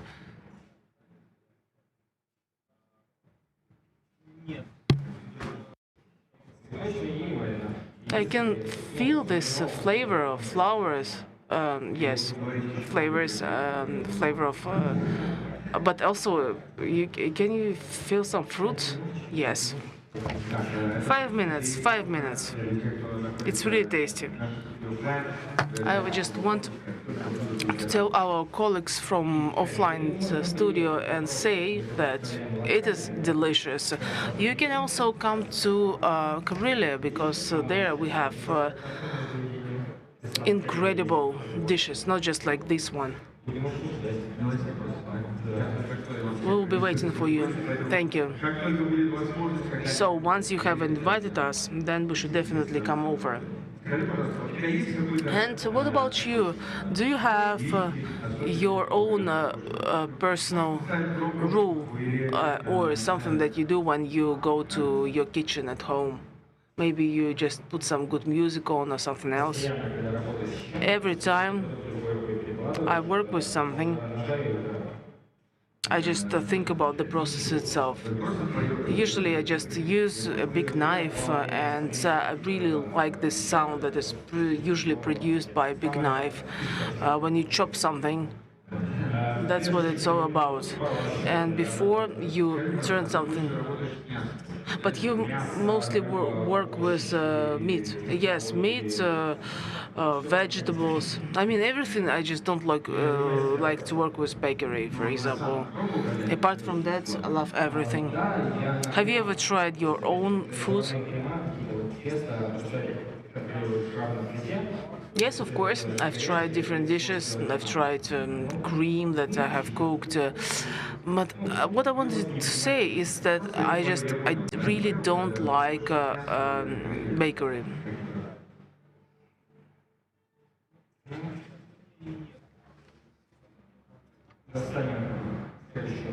So let's take our next ingredient.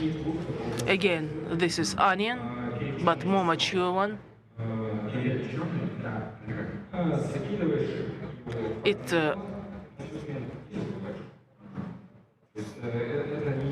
it has been baked. That's what it should look like, exactly.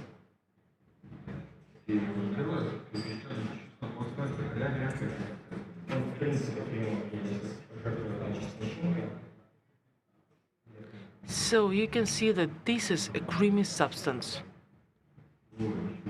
I'm going to use here one of the cloves of this garlic. Would you like to test that?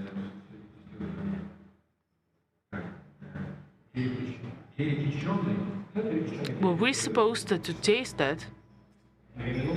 So it has been baked, 2 minutes left. The most important thing is that, garlic flour is still there. It will still remain there.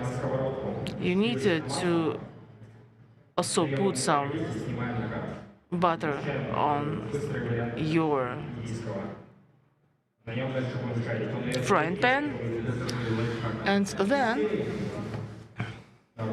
we can see that actually all these ingredients give different flavors to this dish. What about you? How long have you been working as a chef?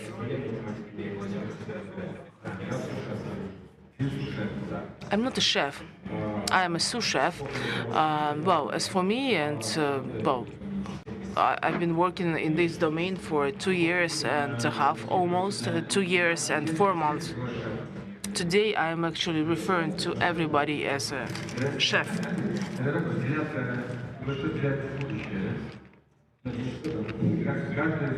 So probably you will become a chef. That's why I actually ask you to comment on that as a chef. Okay, if you were to open your own restaurant, what would be your main focus? Fish, meat, or what? It would be a combination of all the things.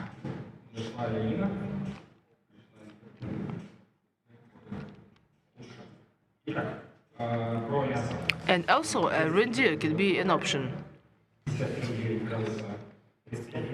So here we can see the time that is needed for such a dish, 35 minutes. Inside the bag we have salt, pepper, and butter.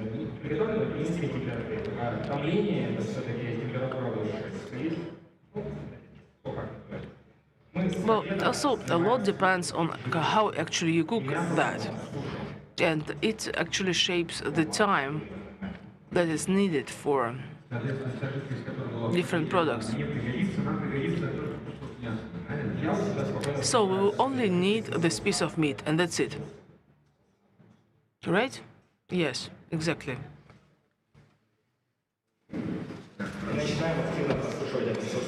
So, and now it's time to dry all that with the help of a napkin.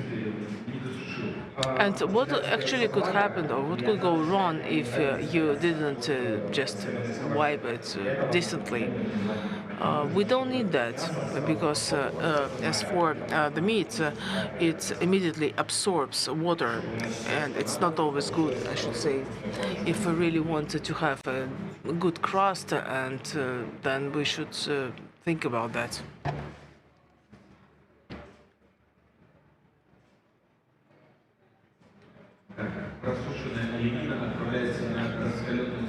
So right now it is sent to a frying pan.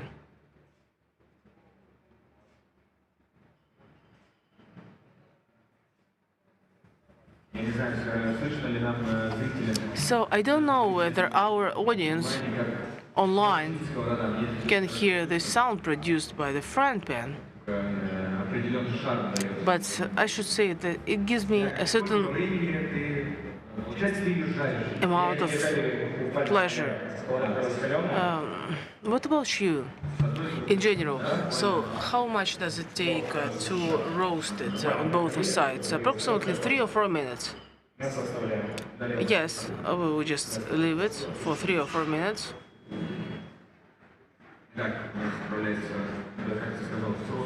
So, like you said, it can be done in this way. Here we can see different types of onions, and you use it.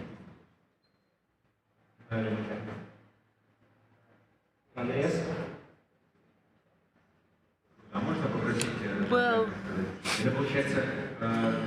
incision. Wow, that is incredible, and you can, well, do and cook medium, rare, whatever. Well, as for me, I should say that in most cases people ask for a rare. Otherwise, it will be dry. We also have here our sauce. Yes, we need to stir it up. I would like to remind you that there we have wine, but alcohol has been evaporated from that.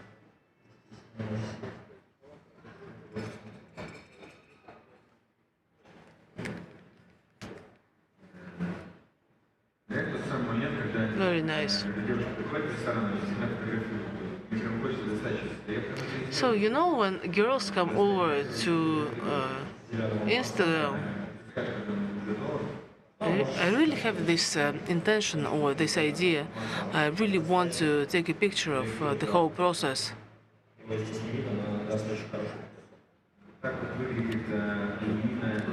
It's not that visible. It's not transparent as to how actually what our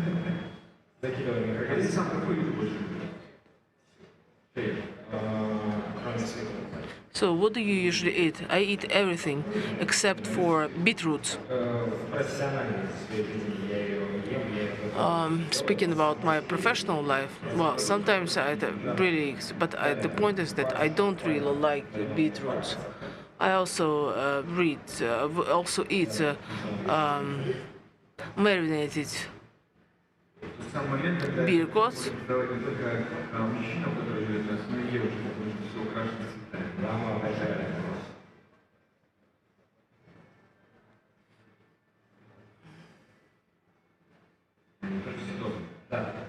Это гастронома, мне кажется, она здесь вся зелень, что представлена, это все дикоросы, очень северные дикоросы, которые можно прекрасно. So what about this? I'm going to make a short announcement. I really like it. Well, this is an integral part of our cuisine. So just tell me, please. Well, it looks really nice, but I really want to taste that. I think that my colleague Denise really envies me because I'm the only one to taste all the dishes today. Can I just have a knife to have a slice of that? What is the name of this dish? Steak made of reindeer steak. The most important part here is steak. Every single component is very important, and every ingredient. You can see that we used a lot of different ingredients, but the most important thing is that yes, we have here reindeer steak. All the rest is just decoration. Yes, but a very important. You can see how actually green butter decorated a little bit our dish. So for those watching us from other regions, what about, I mean, their experience? They can also cook reindeer steak. Can they find it? Есть, допустим, специализированные имеют. Да, сайт тот же Дикоед, который отправляет. So actually, be it reindeer or anything else, it's possible. For big cities only, I think. Okay, but the best way is to come to Karelia. And of course, come to your restaurant, right? Right. Order reindeer steak, and you can try that, yes. And actually, we have cranberry sauce, and we have reindeer steaks, and we have everything. Just remember the name of our restaurant. Okay, here's the invitation. So round of applause from everyone here and on the other side of the screen. Well, thanks for the mood, thanks for this great dish.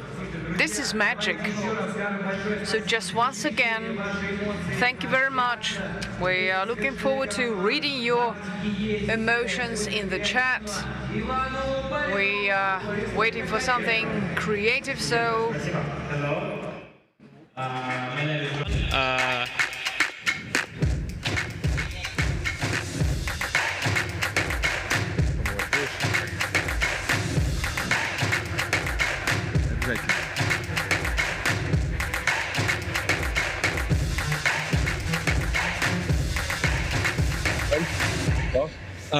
Ну что ж, дорогие друзья, мы переносимся в нашем кулинарном марафоне дальше. Только вперед и только вверх. Я напоминаю, что продолжается первый день марафона. И не просто марафона, а кулинарного марафона. Кто-то бегает 3, 5, 10, 15 и даже 40 километров. А мы не бегаем, мы перемещаемся практически со скоростью света по 9 регионам страны и по 7 арктическим странам для того, чтобы вы вместе с нами so that you, together with us, will learn more about the amazing Arctic and Northern cuisine. And that's the name of our marathon festival. And I actually want all of you to hear and to actually realize that. So next chef, and today we have a chance to talk to our brilliant chefs from other countries far away from ours. So before we do that, I would like to thank the support team. I'm talking about the information partners. We're going to show the video, and the big thanks goes to the commercial information provided by Komsomolskaya Pravda newspaper.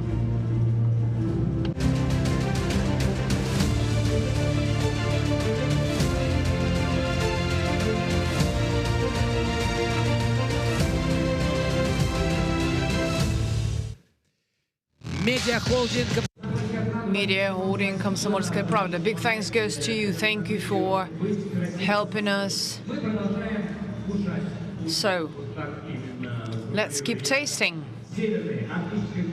Tasting the amazing Northern Arctic cuisine. Let's travel to Sweden. Who do we have there? And next video on the screen, please.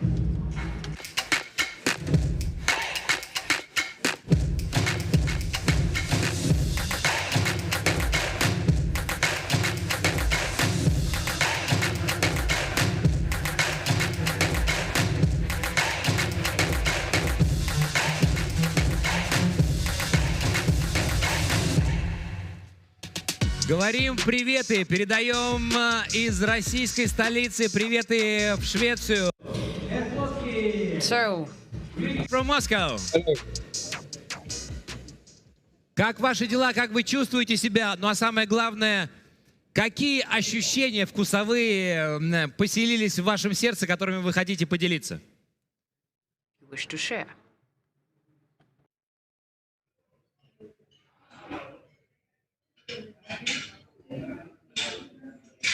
And that's a question. Okay. So, how are you doing out there? So, is that cold in Sweden or not? That's the first question. And what do you feel about this Arctic cuisine marathon that we have?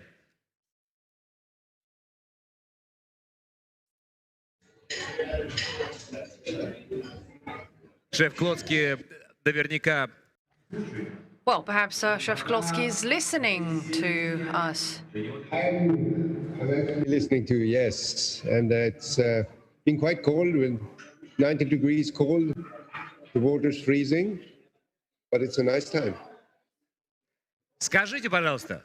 Could you tell us, please, is it possible to say that actually Sweden sets a trend in cuisine and all the other beautiful things that we have almost in every house? You have all this beautiful equipment, and besides, Sweden is the country of amazing northern cuisine. Is that true?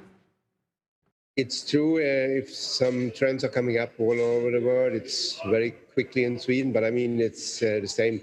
Norway is in front, and Denmark. So I think all the Nordic countries are really in the front of the cooking. Правильно я понимаю? Is my understanding correct that you have a very special recipe that actually shows the spirit of the northern cuisine, but prepared by you with your hands, and we are going to see your video right now, correct? Hello, my name is Kurt. I'm a Swedish chef. I have the honor to cook for you today. Ну что же, не будем ждать. So without further ado, here's the video, and let's get to it. We had to break because we have about 200 customers for the Christmas table. And this, what you see, is the buffet for a Christmas table.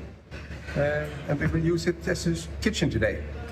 I'm going to do a reindeer loin with a cream sauce, pickled vegetable, chanterelles, lingonberries chutney, and a puree of potatoes. So this is typical Swedish. Swedish people like to have something pickled or smoked. So, okay, and we start with the items which takes the longest time, and it will be the pickling. The next thing we do is take some time, of course, to make the potato puree. So this is a special potatoes. We usually use almond potatoes or Afra potatoes. This is Afra, and they're very soft boiled, so it's better to boil them with the skin on and peel it afterwards. Then we have the butter puree, and we have cream. Before I put them in, I try to put on the water already and add some salt.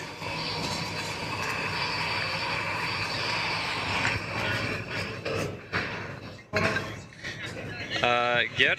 Yeah. As you see, I don't cover them because I put on a lid, so this should be fine.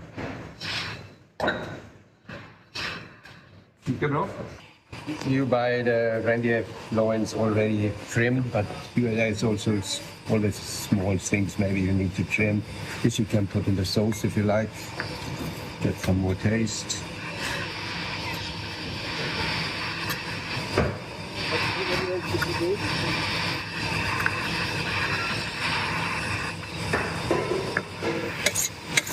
Thank you very much. Yep.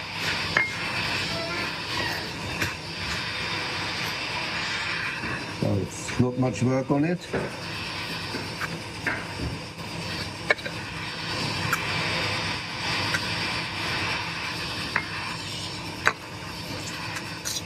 So we're going to steam it. We are not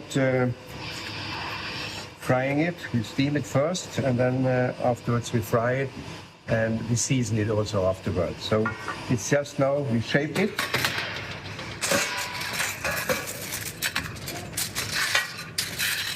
Use some plastic first.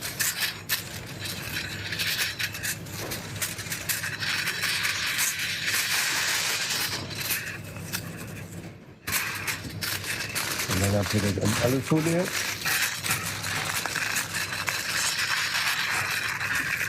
So it's really tight now. And you can see it's exactly the same shape for the whole loin. And now we put it in the steam oven, and it takes about 15-20 minutes. The temperature will be 62 degrees, but we only get it up inside to 54, 56 before we fry it later on. So I put it in now. So I let it boil quite hard now, so it should use quickly. I skim it a little.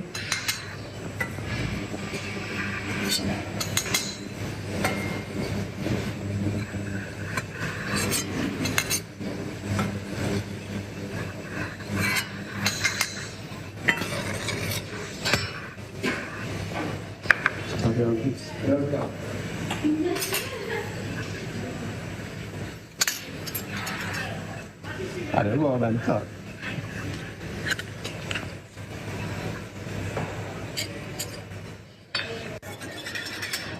Yes, I just going to taste and see how it is.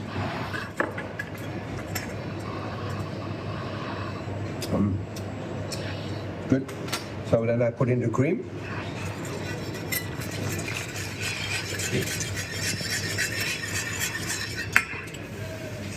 So we will continue to reduce a little, and then we will thicken it up with it's like a powder which is gluten-free, and it's even vegan, but I mean, it doesn't matter now, but still it's a really nice product. And we call it Thick and Easy. And then we have, of course, the cheese, and then we have salt and pepper.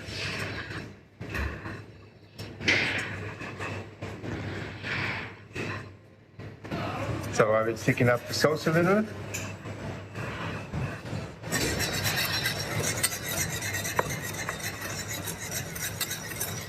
Not too much, because I'm going to put in quite a lot of butter later on.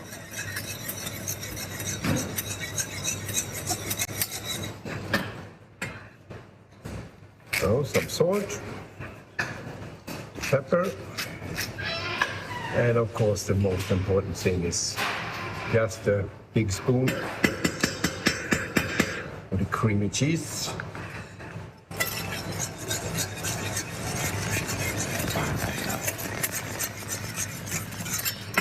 Now add a spoon to taste.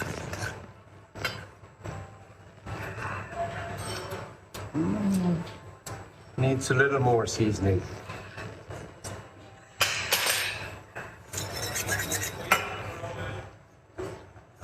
Tiny little more cheese, some pepper. So that's it. Okay, now we strain the sauce.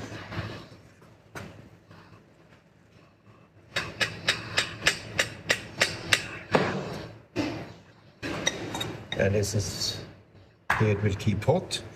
And before the service, we will put in some butter in a mixer, so it will even be a little thicker. So we cool down the pickling liquid, put in the leaves, the beans, and then we stir a little, and we leave it like this until the service starts.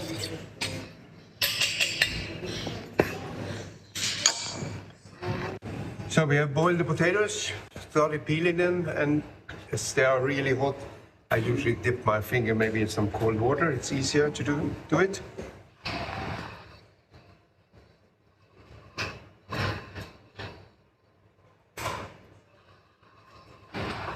Okay, that's it.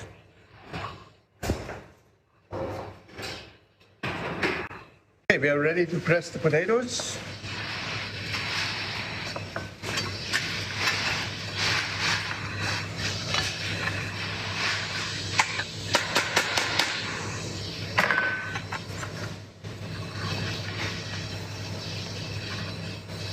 Ja, det är bra. Stoppa där så. So I put in some of the cold butter dices. Hopefully the potatoes is still a little hot, so it melts. Yes, a little. Cream is boiling, so I put in just a little of the cream at a time.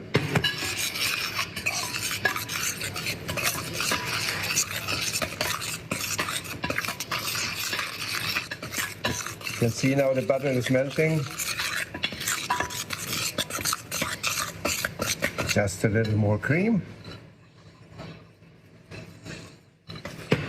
You have all the amounts in the recipe, so.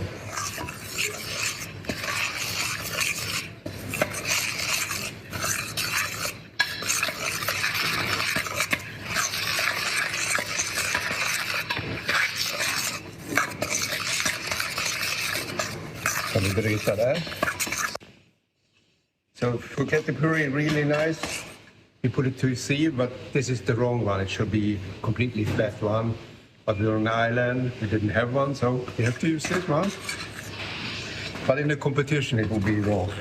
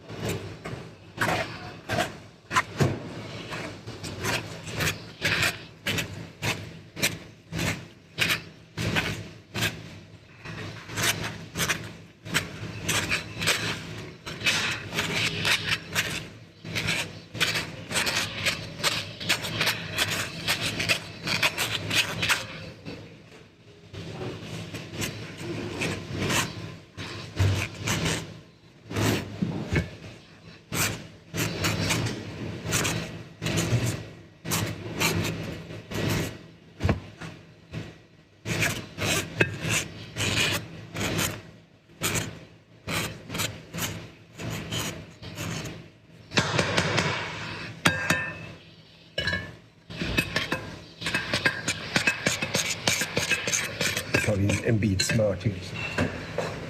Behöver inte filma då. Okay, we have a nice consistency now with some pepper, some salt. Swedish people usually like to have some special cheese here inside. It's called Västerbottom, or you have some muscat. So later on, when we plate, I will use this and pipe puree. I will put it to keep it warm here.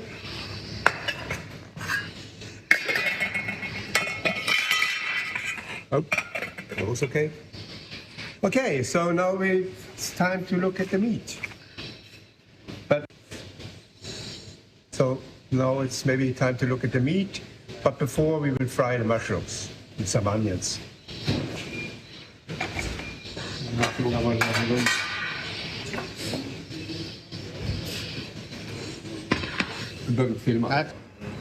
Okay, I got some clarified butter. We don't want to burn the mushrooms, chanterelles. Put in some onions first.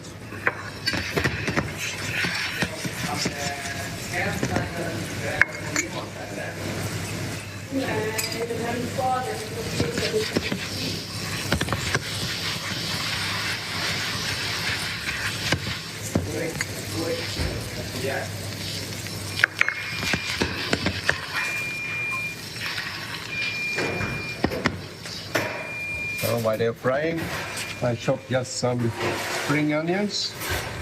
Take off them.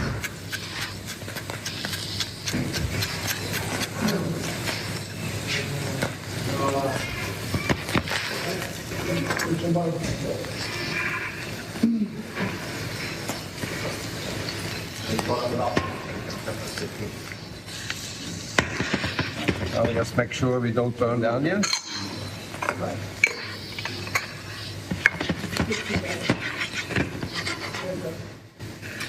And if you're in Sweden, you would maybe, no, I am in Sweden, but if you would use maybe some smoked reindeer meat or cured reindeer meat and put together with the mushrooms, but it's difficult to get in other countries, so we leave it like this now.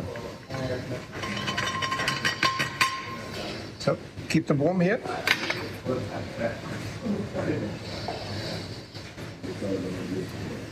Oh, sure. Okay, before we start with the meat and fry it, so we take off the liquid from the pickling. Put it on paper so it dries a little.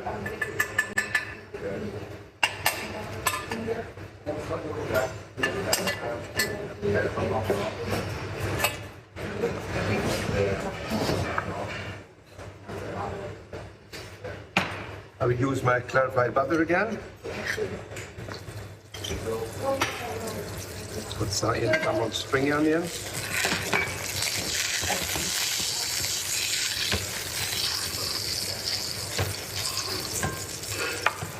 Bring the vegetables.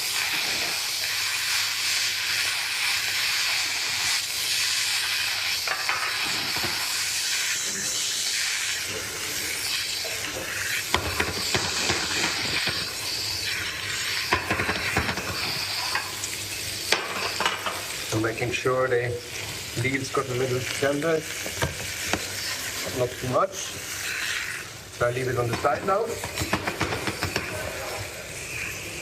And now it's time for meat. So they're ready. So we put them, take the fat away. We do the same with the chanterelles. And then I put it in the oven to keep it warm when I work with the meat. Okay, taking out the meat from the oven. Check the temperature, so it's around 56.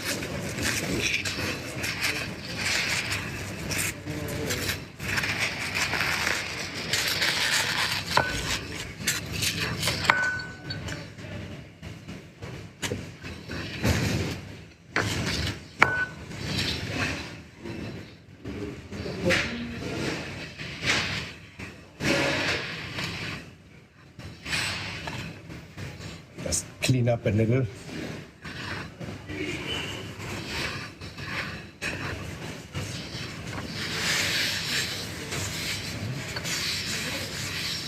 Take some new paper to dry the meat as well.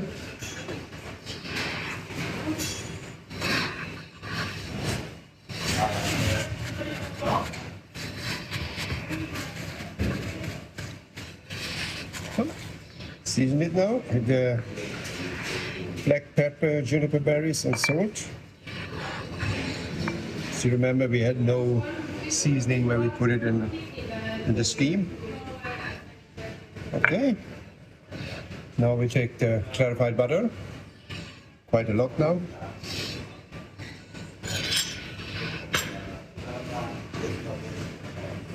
Let it be really hot.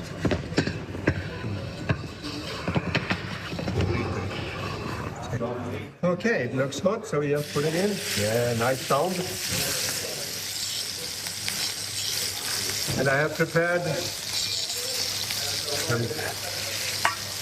keep it warm.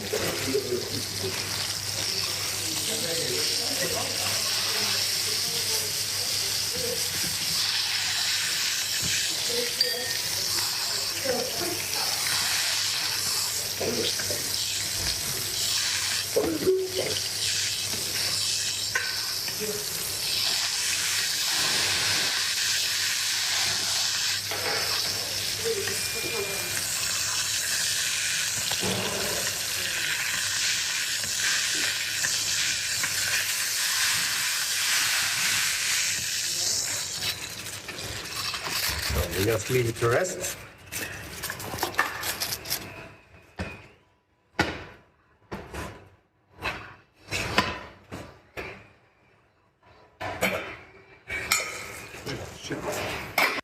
Okay, I will try to blend in the butter, but I have a big blender and a very little pot, but let's see how it works.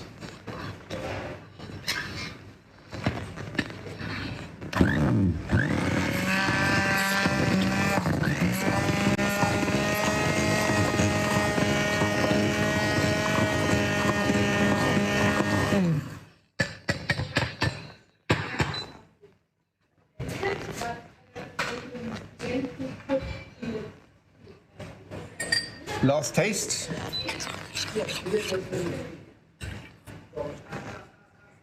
Ah, nice, excellent. The cheese and perfect salt, but you should do another taste. See, is the sauce thick enough? I'll show you how to do it. Pepper. You just take the plate, take a spoon of the sauce, and then you, yeah, should be fine now. It's not too thick, not too thin, perfect. Okay, we have plated everything. The potato puree, lingonberries, vegetable, chanterelles, the meat, and the last thing would be the sauce.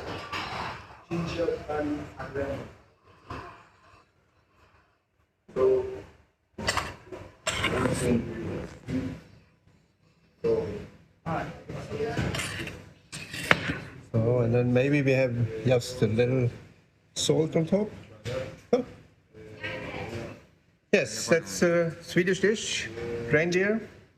Quite a portion, but it's just the main course, no starters, no dessert. It's just this.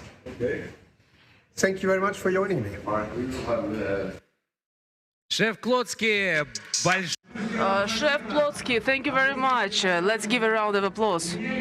I have a question for you, if you don't mind.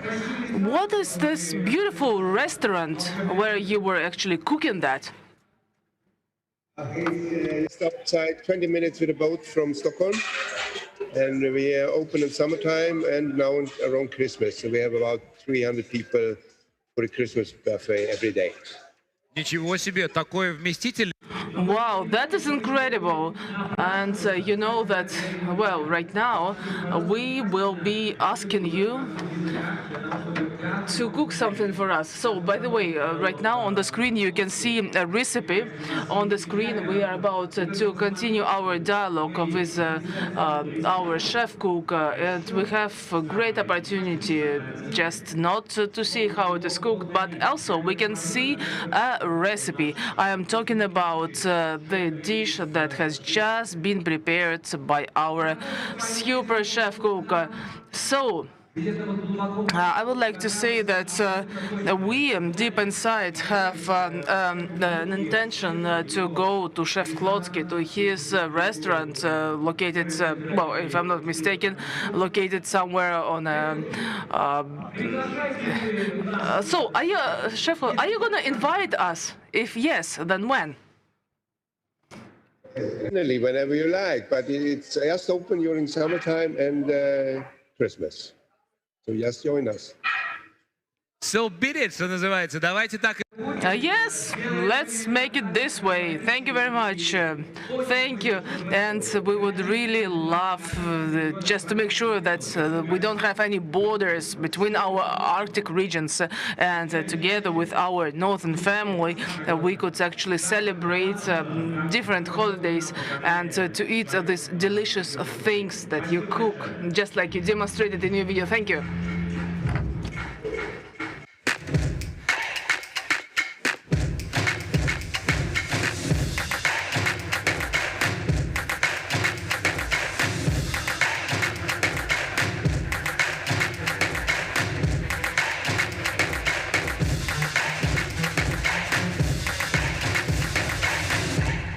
Дорогие друзья, Dear friends, and now we are not just friends, we already are Arctic friends, Arctic chefs, and many other Arctic things. So why actually we decided to speak English a little bit? Well, we understand that this is an international event. I would like to remind you that we are witnessing right now a very important event, which is called Gastronomic Festival, and that is fantastic. That is magnificent. Well, Arctic and everything that unites different chefs and everything, that is great. So we are being broadcast online, and you can find information about us in many other sources. There is one resource, and I would like to actually express my words of gratitude for the certain support provided by some of our partners. And by the way, you too, don't forget to forward your comments using special hashtags. Add as much information as possible to your social network, social media. That would be fantastic. It doesn't matter what it will be all about, but with this hashtag, you can do a lot of interesting things. You can cook something, you can get information regarding for example, northern cuisine or many other things. So I think that you are quite aware of all the things that you can actually get, and by using this social media and also our sources. So please write us messages, make your posts, and it's going to be probably an intrigue, but if you stay active, then we will definitely give you a certain present. So we are about to proceed to next region. So we have just visited Norway, and what about now? We are about to come back to the Russian Federation, and right now, before it actually happens, we would like to say that we are very much helpful to such a service as Route 2 because they helped us a lot. This is one of our partners, and they allow us to be quite numerous.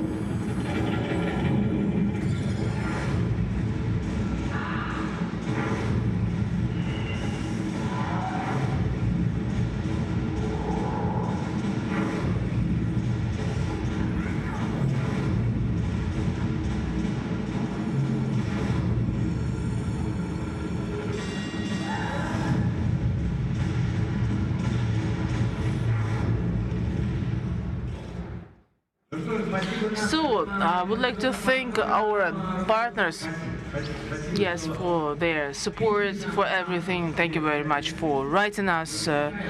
We are reading all your messages, and we do really hope that we're going to have a lot of views.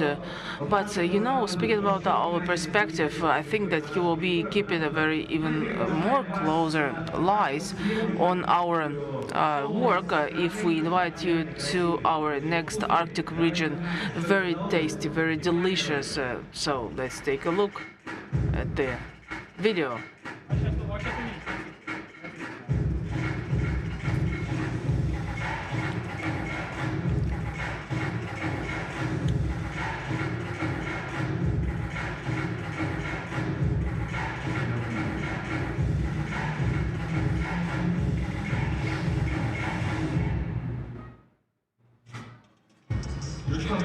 So we are about to move to the next republic, and we have two chefs right now.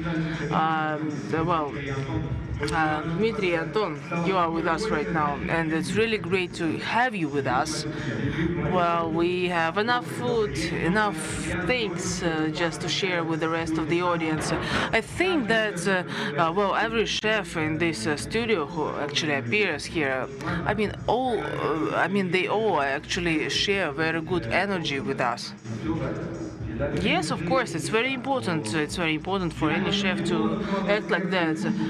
Well, you know, when it comes to food, you need to put a lot of efforts into that, as well as your love and soul and spirit. Absolutely. Dmitry Shebakov and Dmitry Mukin. So, what are we gonna cook?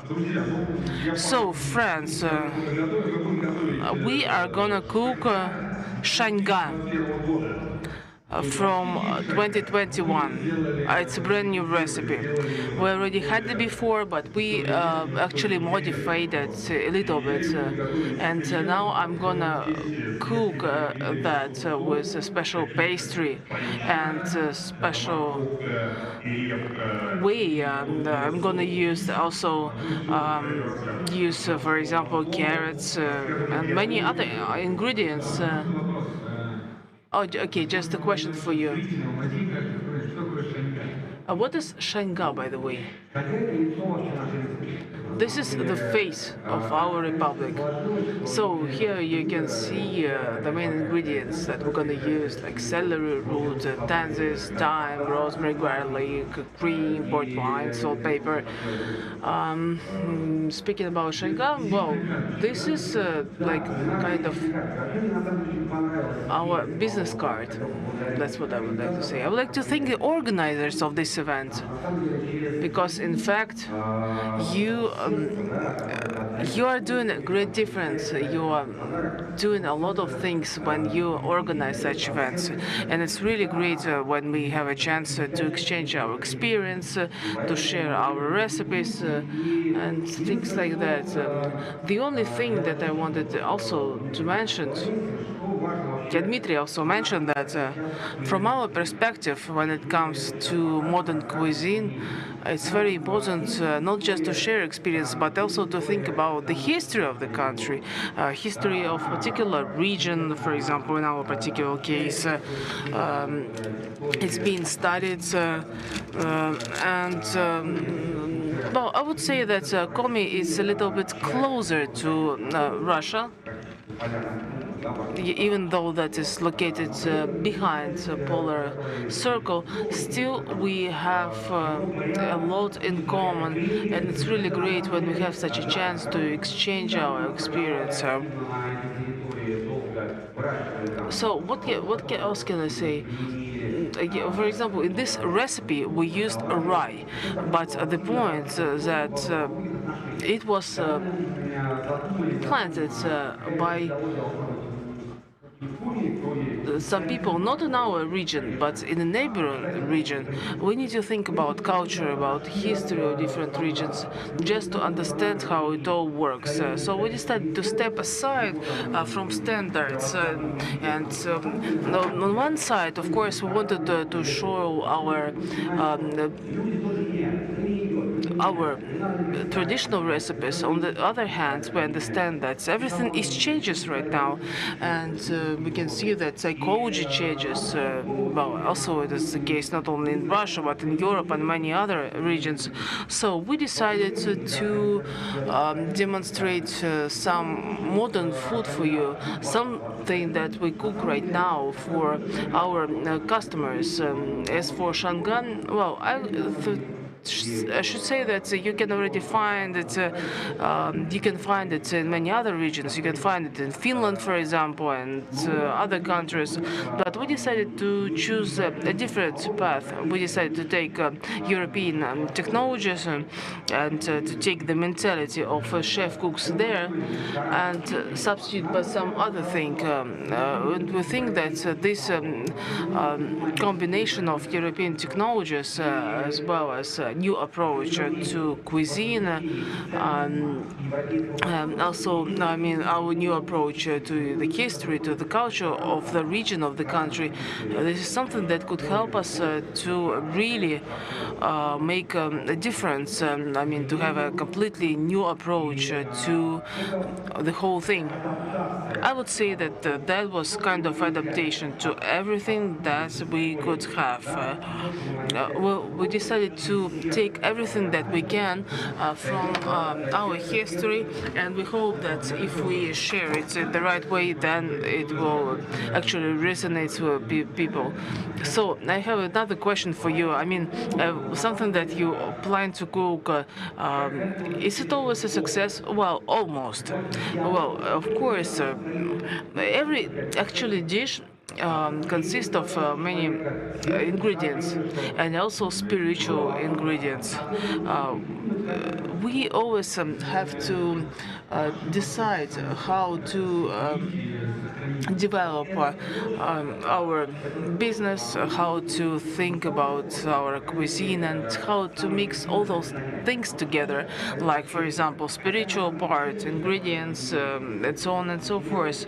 Of course, we're trying to understand how to work with that in the most efficient way. Well, when we talk, by the way, about Europe, well, you know, we have such a funny story. We say that we had, when it comes to kitchen, two types of grandmothers, a European one in general and a French one. And they're pretty much the same. But at the same time, everyone has its own traditions. Well, I should say that we, so far, within these approaches, had different approaches to cooking, and Shanghai 2021 is something that have been working for quite a long time, and I think that we will be able to really do something about this kind of things.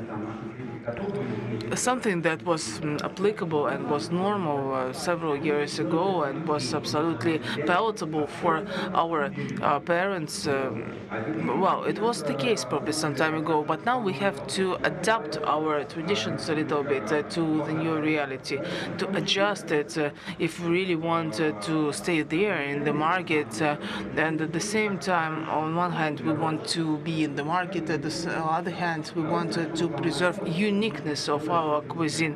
So, speaking about the pastry, for example, what we have been doing with that? Well, good question. Right now, I have shanga. They have already been prepared, and it takes a lot of time actually to cook them. But I'm gonna tell you how it was organized in detail. I mean, first of all, you need to take some rye pastry,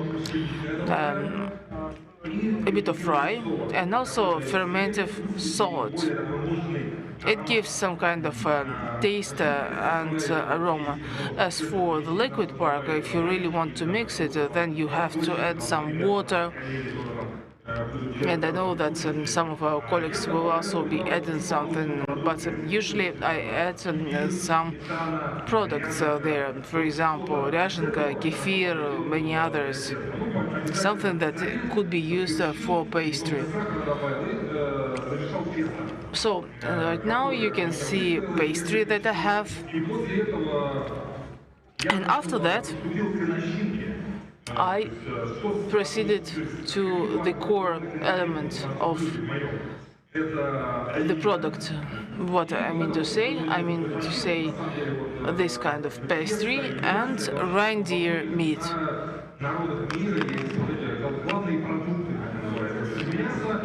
When it comes to actually northern cuisine, this kind of products, they are top products, in fact. So reindeer, of course. And in terms of the taste and also the color of the meat, this is something that can be classified as top. And at the same time, we can see that the appearance and the quality of the meat might vary depending on the quality of meat.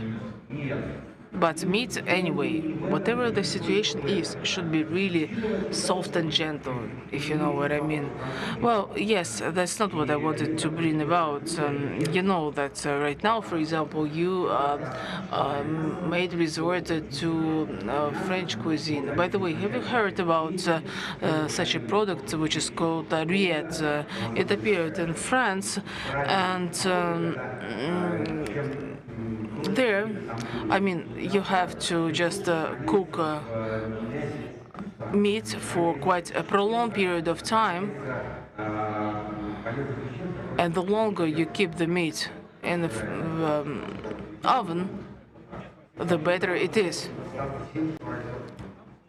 I should think that, well, and I think that actually a healthy person should eat everything he is or she is exposed to in the world. And in order to make this reindeer really palatable, well, I would like to remind you that the temperature, I mean, how it is actually cooked and kept is approximately -50.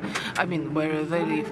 We don't want to eat any fatty foods, and sometimes we just understand that it's not quite good for us. But as for collagen, for example, that can be found in the neck part of this animal, that is something that we need because we receive a very important ingredients.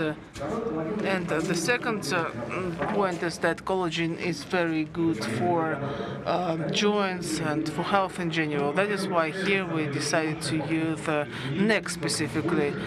This is also, I should say, quite specific thing.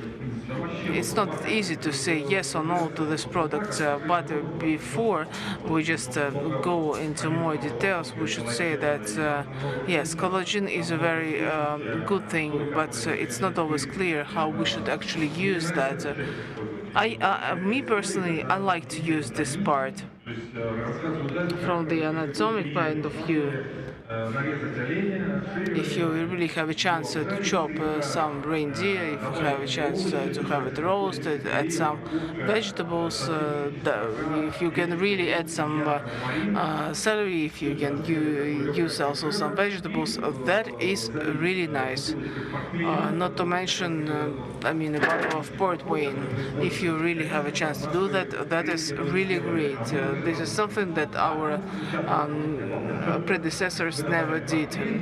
So we decided to add here some butter, some port wine, and also we made reference to a particular technology. For example, when you have to cook oil for quite a long time. Here we can see that a lot depends also, of course, on the quality of the product, but the most important thing is just to make a really good mixture.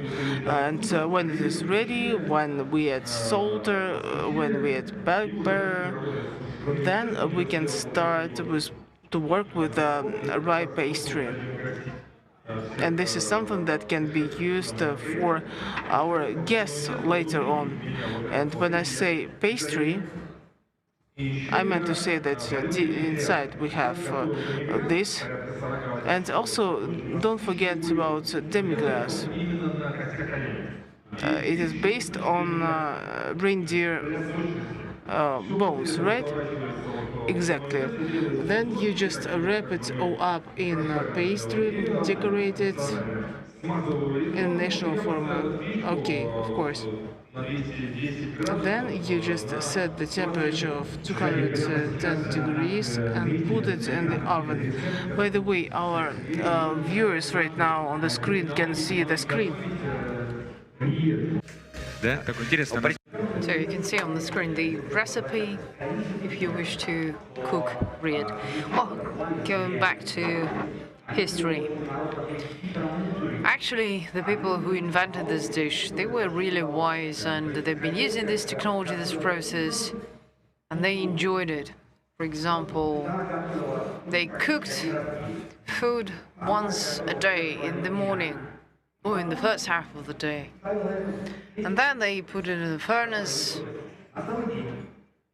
to keep it warm and left it there for the rest of the day. And when men got back from, let's say, hunting, this dish became even more tasty than it was right after. So this slow cooking is the key to success of this dish. Okay, this is a great life hack from our chefs. If you don't want to cook for a long time, you cook it once, put it somewhere to keep it warm. So slow cooking is key. Yeah, there are actually a lot of interesting things you can do, and this is very tender. You can understand what you're cooking. So, and that's what our predecessors did. Slow cooking, and there you go.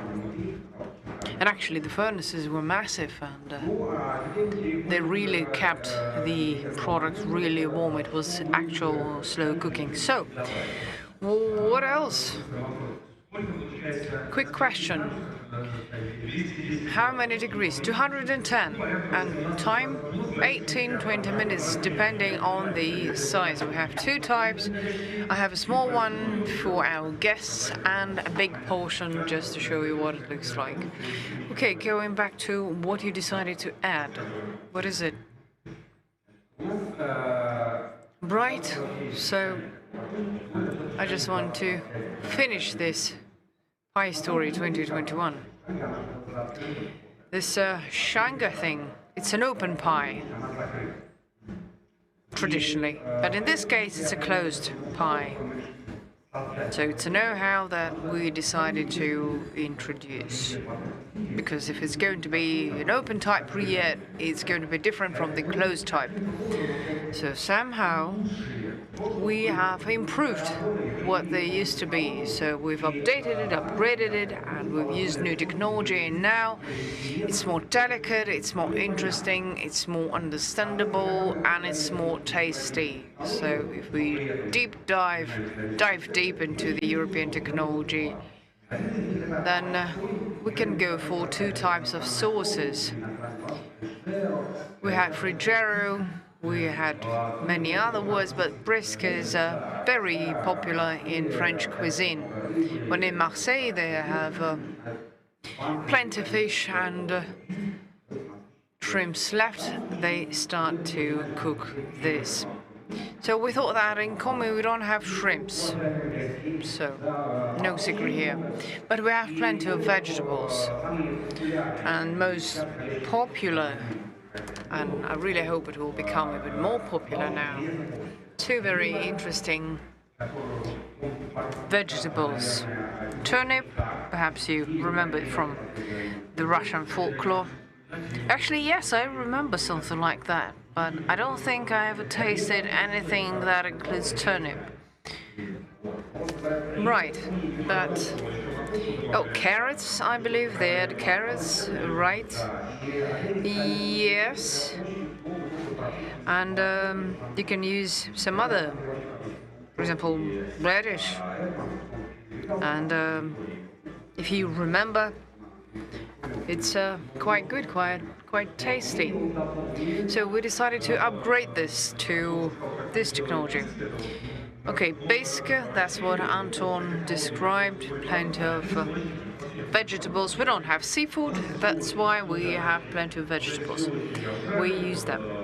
So you fry this a little bit, we use thyme, we use rosemary. What else? So I fried it a little bit, then I slowly cooked it for about 24 hours, and I got a thick soup, vegetable soup. So I added some salt, some pepper, I've added some butter, and it turned out really good. You can taste it. Parencha sauce. Actually, this is carrot-based, turnip-based, milk and butter. You have to cook it slowly for a long time, then you mix it, and that's what you get. it's a thick sauce because milk is already there, butter is already there, so it's like that. So this thing, the sweetness from carrots, turnip, when you cook it slowly, you get something that resembles milk. So this is from our childhood. This is really great. Makes you think of what it was like. So that's the sauce that we're gonna serve. Okay, then every sauce is very unique. Yes, indeed. And actually we've combined this because we want you to see two kind of tastes. Of course, tastes differ, but we give you a chance to try everything. My grandma used to eat carrots with milk. I was horrified watching her doing that, but she was proud of this and she liked it, and I wish the same for you. I hope you like it. Okay, so your grandma was from France or from Commie? No, actually, she was something else. Okay, one other thing. We are going to add 2 more ingredients. Actually, this is, I think, one of the oldest recipes from Commie. Oldest one recorded by someone. Right, now, what else do we have? I boiled radish and I made a dry pie. It's very light, it's crunchy, so I think it's going to be quite interesting. Then smoked reindeer. I've been smoking it for a long time, just like Parmesan. So I'm gonna put it on top of our pie. Right, so it was smoked. We smoked it even further, so it's almost a Parmesan type of technology. It's a little different, but still. But we don't need this for our pie. But you can try this. This is a natural taste. So we discovered something for our dish that we made of reindeer. So it looks good. Okay, what do we want? We really want to focus on the Arctic northern cuisine. So there you go. So eyes on the screen, please. Here's the recipe. It's both in English and in Russian, so you can write it down or take a picture or make a screenshot, and it's possible to cook it at home, no problem. No rush, that's the key. Okay, use our grandma's technology. You can cook it in the morning, you can keep it warm or cook slowly for the whole day, for the rest of the day. You just keep an eye on it to make sure it doesn't burn down, and that's it. Right, but the dough is a different story. You have to make it, and you have to, well, make some effort. Actually, you started talking about the rye dough, and where do they use them? Well, I don't know. For different types of pastry, we have traditional Russian bread made of such flour. And actually, traditionally, it's white, not brown. Flour is gray, not brown. Okay, and what happened to the color of bread? Actually, in our case, we put malt. That's what it makes dark brown. And it's not used necessarily in all traditional Arctic dishes. And actually, that's what they use to make beer of. So malt is widely used, even for dyeing something. Okay, for 32 years, I've been thinking that it was about the rye flour. No, it's about the malt. So actually we have about 8 minutes left. So I'll start distributing the dish and I'll show you what needs to be done, how it should be served, and you're gonna taste it, because we can talk a lot about food, but you need to taste it. Okay. The thing we're cooking today, is it the main course or is it a starter or what is it? Actually, it's a great question.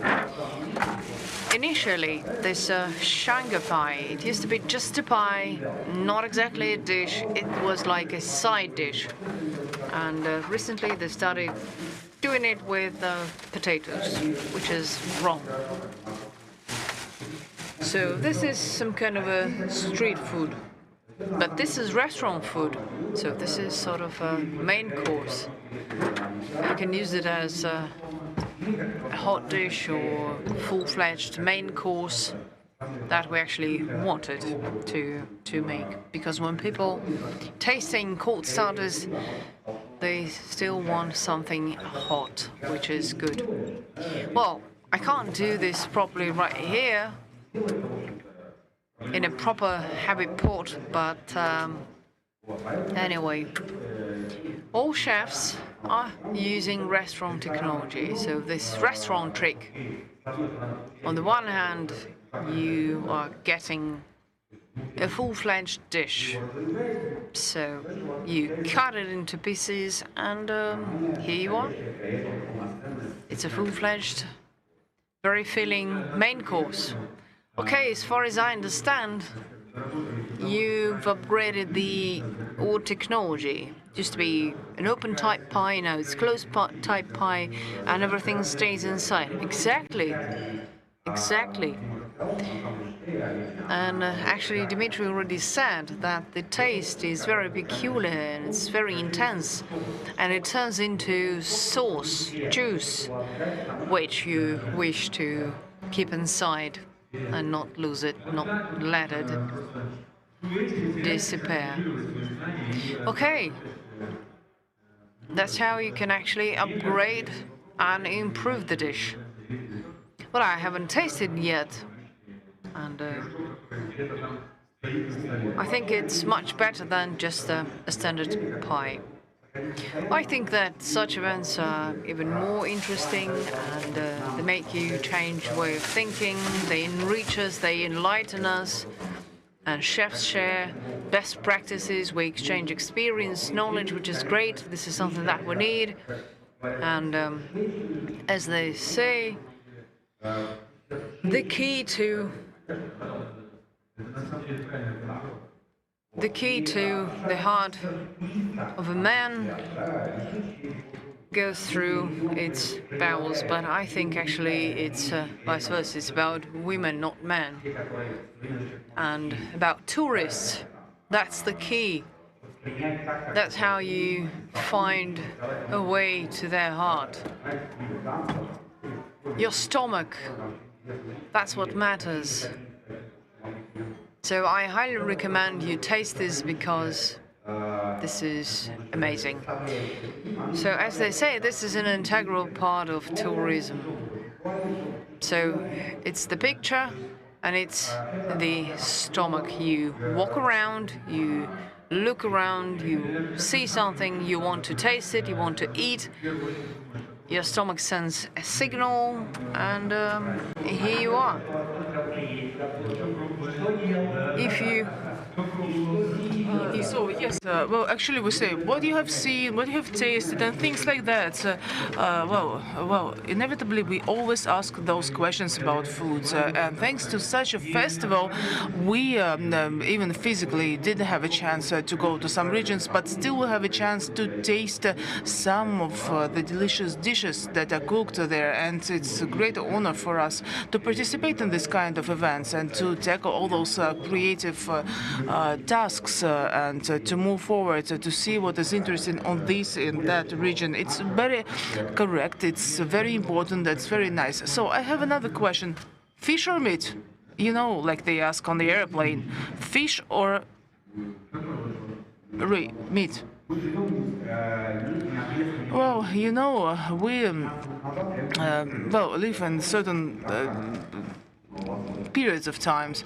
For example, not long ago, I tasted some very delicious tartar, but well, I'm about to taste, for example, things like shaika that you mentioned, and it's more about our heart and the way we perceive that. It's really great. It's also the case with food. When you think about that, you kind of talk to the food. Well, I have pretty much the same philosophy. Yes, we have just tasted something and we are about to do it again. Again, I would like to repeat it again. So previously in the regions we had a lot of traditions, and the most important thing is to understand how to preserve them. And again, when we get such a question, what you prefer, like fish or meat, it's very difficult to answer that question. For example, today you might be really into meat and tomorrow you can become a fish person. So yes, so that's what I actually wanted to say. There is such an expression as balanced diet. It's not that easy to maintain such a balance, and you are meant to eat everything like hydrocarbonates, protein, fat, and many other things. You should not say no to any of these things. Never say no to food. It's very important because it's something that feeds us. We are about to proceed to a very interesting experimental dish that we were been working on. So shaika, we have two sauces here, almost ready.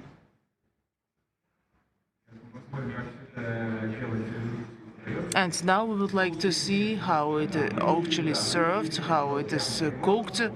Yes, we decided to do it in front of you so that you can see how you can actually work with this dish and serve it. I think that when we have such an open kitchen, that is really important. This is the coolest format that we could ever had. It's really great when you have all the food presented for you and then we actually serve it and we have a chance to touch it. Well, you know, yes, life changes because 10 years ago, for example, when we just opened a restaurant, that was a little bit different. But 10 years passed and now we can see that kitchen, I mean, cuisine in general, everything changes. Everything changes and we can see right now that we have absolutely different approach to all those things. We want to be a little bit closer to it. We want to have a chance to touch it, but at the same time, we want to look at this from different angles. That's what I wanted to say.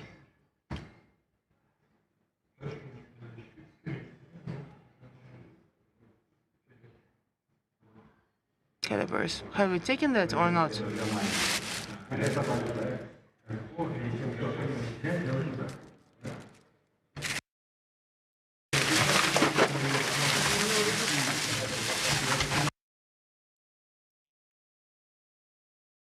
We have just taken these little cakes and yes, it goes very nicely with pastry.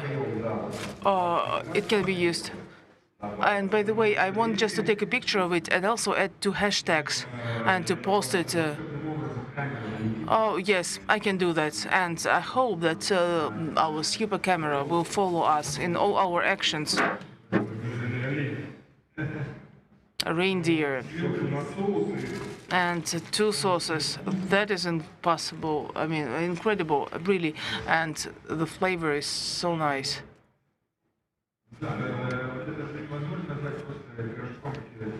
So it's not just like a cake, it's a full-fledged dish. Should I take it away or?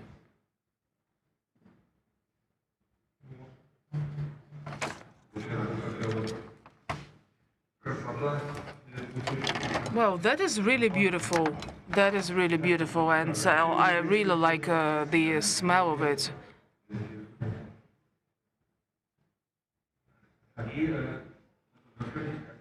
And Anton, could you please tell me, so this sauce, this a little bit darker, that is the one that has this vegetable-based taste, right? Yes, and this is our second sauce. So the one that is of this color, where we use carrots, butter, and that is one sauce, and the other one has some other ingredients, and we can see the difference in the color. Exactly. Well, I should say that anyway, we here used a lot of vegetables, a lot of milk, a lot of butter. We used some dairy products. We also used some other things. And I think that I would say that these ingredients that we used here and approaches, they are kind of reflected in this approach. So this sauce, well, that is incredible because this sauce contains and has over 20 ingredients. And at the same time, this kind of a modern version of this sauce, yes, traditional one that was used.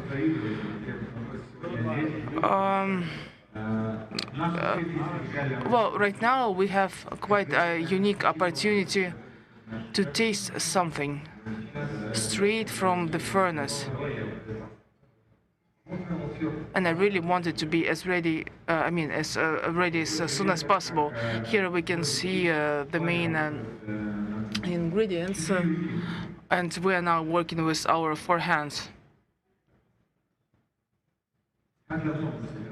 By the way, how long have you been working on this issue? 20 years. Oh my God, 20 years. But when you have a chance to work as a team, that is even better. Well, of course. Sometimes we come up with certain ideas, so then we have an argument, etc. And then we get to a certain point where we can find a compromise.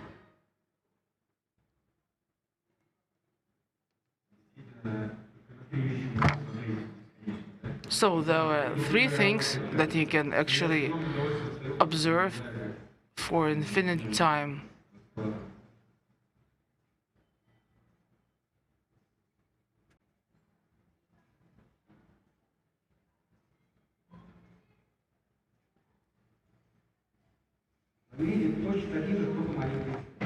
So you can see they're pretty much the same, but a little bit smaller.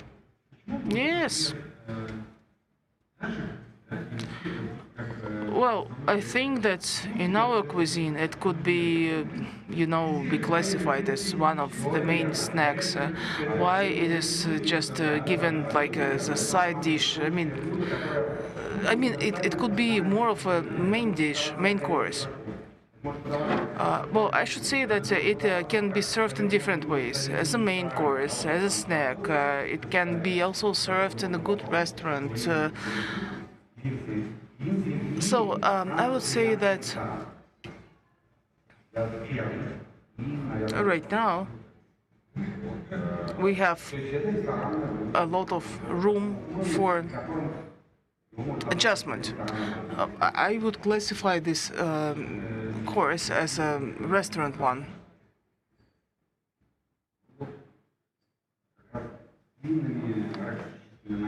Днями, да, мы уже поняли, что вы в коме никуда не спешите, поэтому у вас оленина томится 48 часов, да, и поэтому длинными арктическими ночами сидели.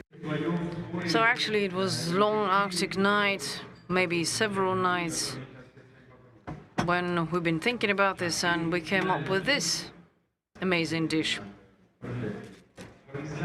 So, Parmesan made of reindeer.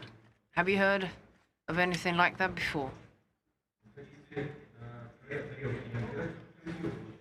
Actually, if you don't clean the edges of the plate, it's even better, even more beautiful. It's soft pink. Yeah, let's leave it for the guests so they can actually see what it's like. But this is bioproduct. This is very healthy vegetables, Yeah, we have meat, we have dairy, we have milk, but actually you can enjoy really healthy ingredients, really healthy food. And actually you can say that, and I'm telling this to the guys from other regions, whatever you see here, this is really healthy, this is really good for you, for your energy, so everything. This is really tasty, and this is bioproducts, so it's great. So this is it. Okay, let's taste it.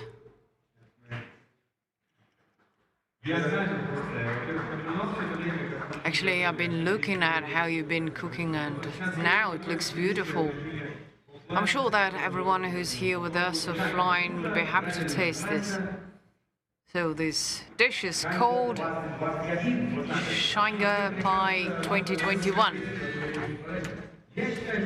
Well, I should have done this earlier, but I think this is the most wonderful and unique events that actually happened today.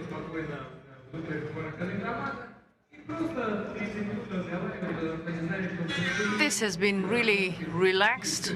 This has been great. We've been talking, we've been chatting, we've been cooking, and it's been great. Actually, this is fair. That's what we did. And I believe that all the chefs and all the participants from other countries are watching us right now, and they're thinking that's what we could have done, because this is really easy. Well, this is the Northern Cuisine, and this is a unique event. So this is a gastronomic festival of the Northern Cuisine. So this is the first day, and we're gonna have one more chef ahead of us. So let's have a look at this amazing dish just one last time. I really hope that there'll be something left for us for later, because I can't eat it now. Okay, we have no secrets, so no problem. We have plenty of food in store, so there'll be enough for everyone. Okay, what I see in Artem's eyes, I understand that he is really hungry. Don't you worry, there'll be something left for us. So thank you very much, and thank you to all the people who are making this event happen. I'm talking about our partners. So before we talk about our info partner, let's have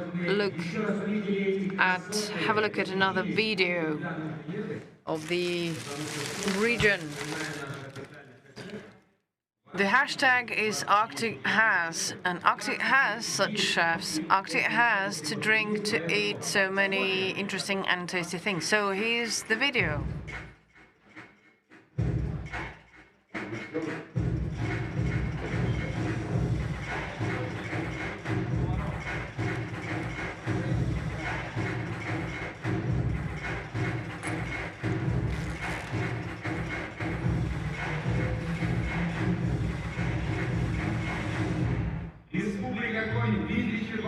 Dmitry Sherbakov and Anton Muhin, thank you very much, and thanks for the life hacks and for the dish that you cooked for us.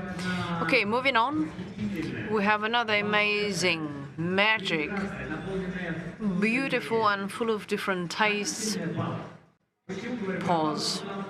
Break. Why am I talking about that? Because we really want to say big thanks to everybody else. This has been great, but thanks to our partners. Without you, it would be impossible. So during this festival that we've been here, we've been talking to our viewers, our participants, and I want to talk about very interesting online media resource, and here's the video. Honey, I'll be back. If daughter are you? Thank you very much, if daughter are you? So it makes sense to make the next step. We had men from different countries, from Iceland, from Norway, from Sweden, from Russia, but there are chefs men, but apparently there are beautiful, charming chef women. So let's have a look at the video and then we'll talk to her.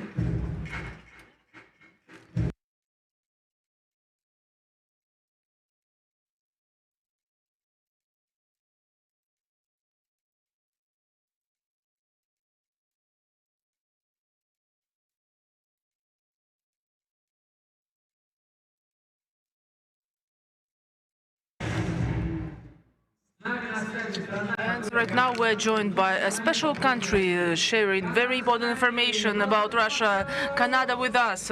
Welcome to Moscow. Chef Chalmers, как ваше настроение? How are you feeling today? It's an early day. It's snowy outside, so it's beautiful. Feeling great. Is there a lot of snow somehow in Canada? There is today. Thank you. Ну что, для русскоязычных... As for Russian-speaking audience, I ask this question, do you have any snow in December? But tell me, please, so we say that our countries are very similar. Have you ever been to Russia? Not yet. I am looking forward to visiting, though. Not yet? But... Not yet. Да, ну а почему же нет? So, how come you have never been to Russia? I think that we have already invited you not just to Russia, but also to our events. And you know that in December we have a lot of different events. Well, every dreams should come true. And once we are here today, right now, and if we make such a wish to come to our Arctic world, well, I think that it will definitely come true. Let's give it a try. У нас... We were really surprised. We had a super video from Chef Charles. We're about to see what kind of a dish were you cooking there. Before we just see it, can you just share some basic secrets about this dish? Yeah, so what I wanted to do was showcase what happens in our northern regions by making a duo of a fish that they eat quite often in the Arctic Circle. So we're using Arctic char, which is a beautiful fish. A lot of times in our Arctic region, they're going to eat it frozen or raw. So I wanted to make it a little bit more presentable for the general public that don't eat frozen or raw fish. But I did do a tartar and a charred blackened fish duo so that you can eat it as a main course. Shona, that is just so tasty, so delicious. We really want to have a look at this, and then we would like to visit you and see it live.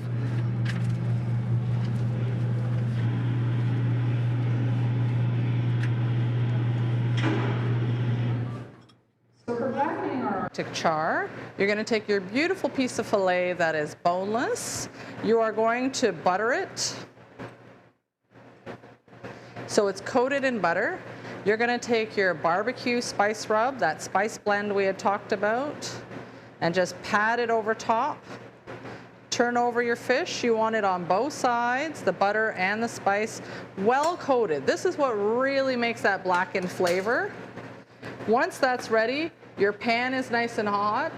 You got a tiny touch of oil just to make sure your fish is not going to stick to that smoking hot pan. And you are going to lay that fish in and let it blacken nice and easy.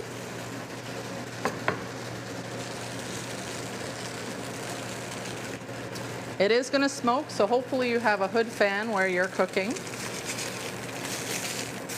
And you have that beautiful smoky blackness happening. This is truly blackened fish. And you want to add a little bit of butter in there, just to help it along, to finish cooking the outside. We are going to serve this a rare color. So we're going to have our Arctic char tartare, which is rare. You'll have the beautiful texture of the blackened fish right beside it. And we are going to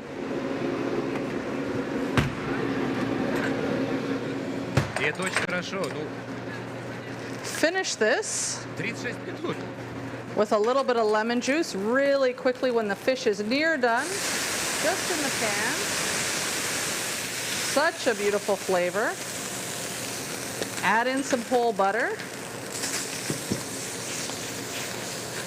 You can turn off your fire down low at this point.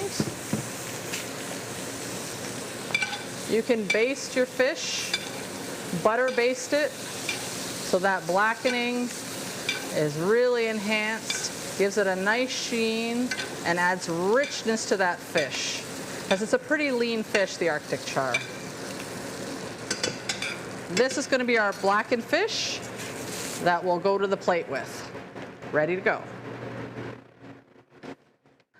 Hi, I'm Chef Shona Chalmers, and we are cooking some foods from the Arctic Circle in Canada.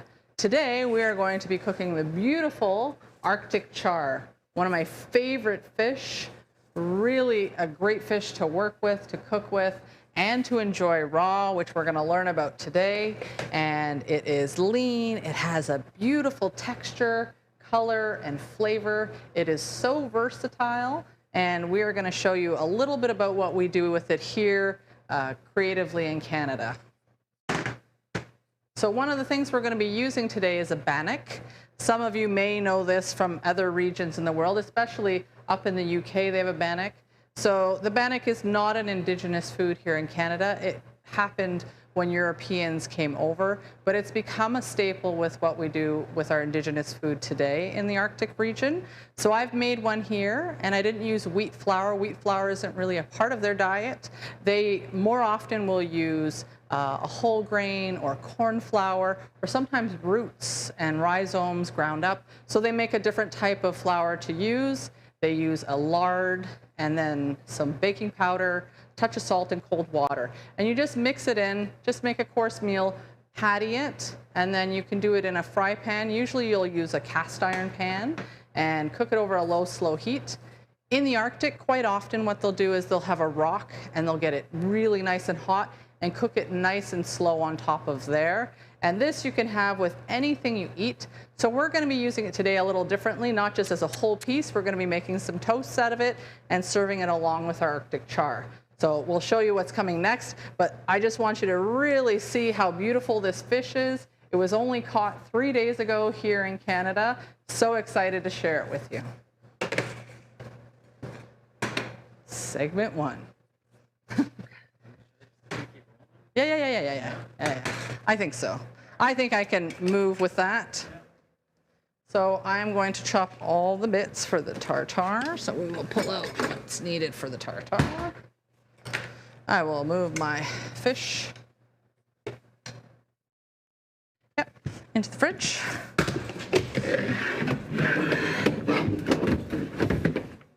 These editors are going to have a lot of fun to play with what I've got. Let's take some of these ingredients here. Move that and that.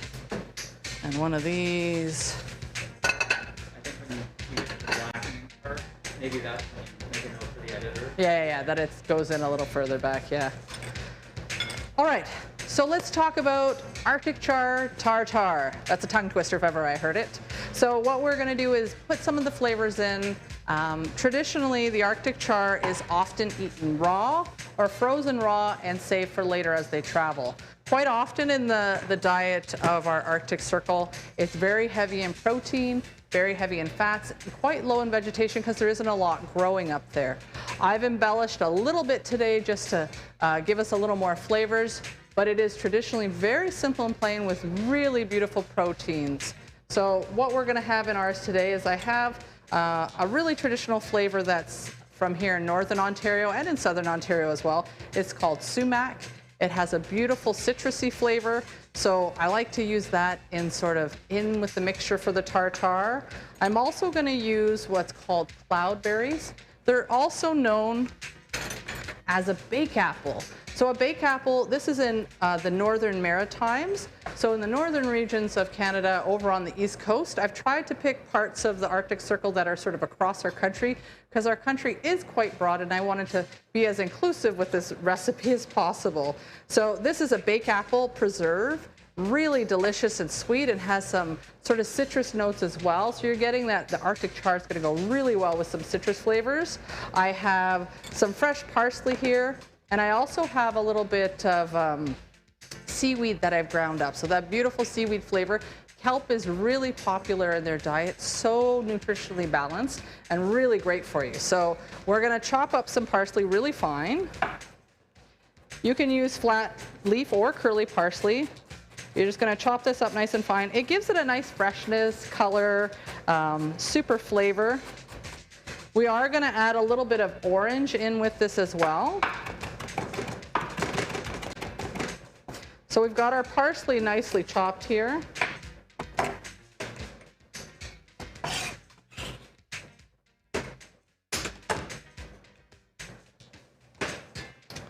Okay.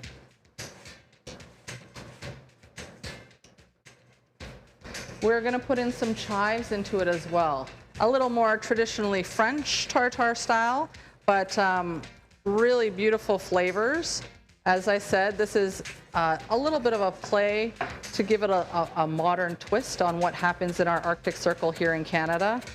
Their foods are sustaining them, and they use the whole animal whenever they're doing any of their cooking. There's nothing wasted, whether it's seal or whale or Arctic char, any of the foods that they regularly eat.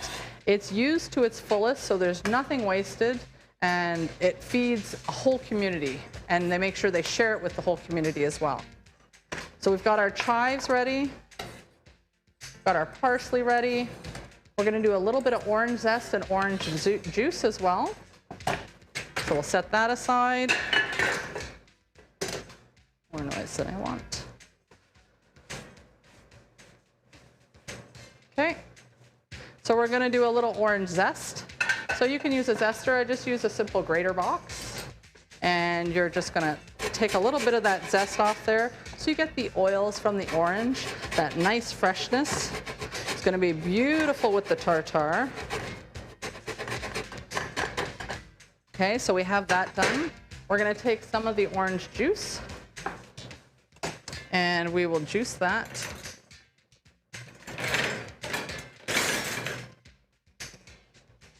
Make sure you use a strainer. You don't want to get any of the seeds into it. So half an orange will be plenty. There is whole, but I'm sure we'll find a way to enjoy that on our plate afterwards. As much as this plate doesn't have a lot of vegetation on it, it is still a really great dish. It will present very beautifully.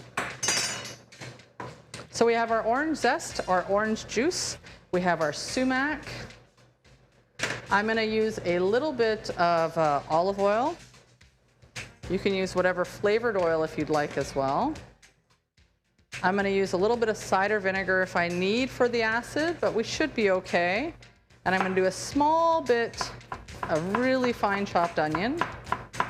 You want to make it as small as you can. So when you're biting into it, it is just a hint of the onion.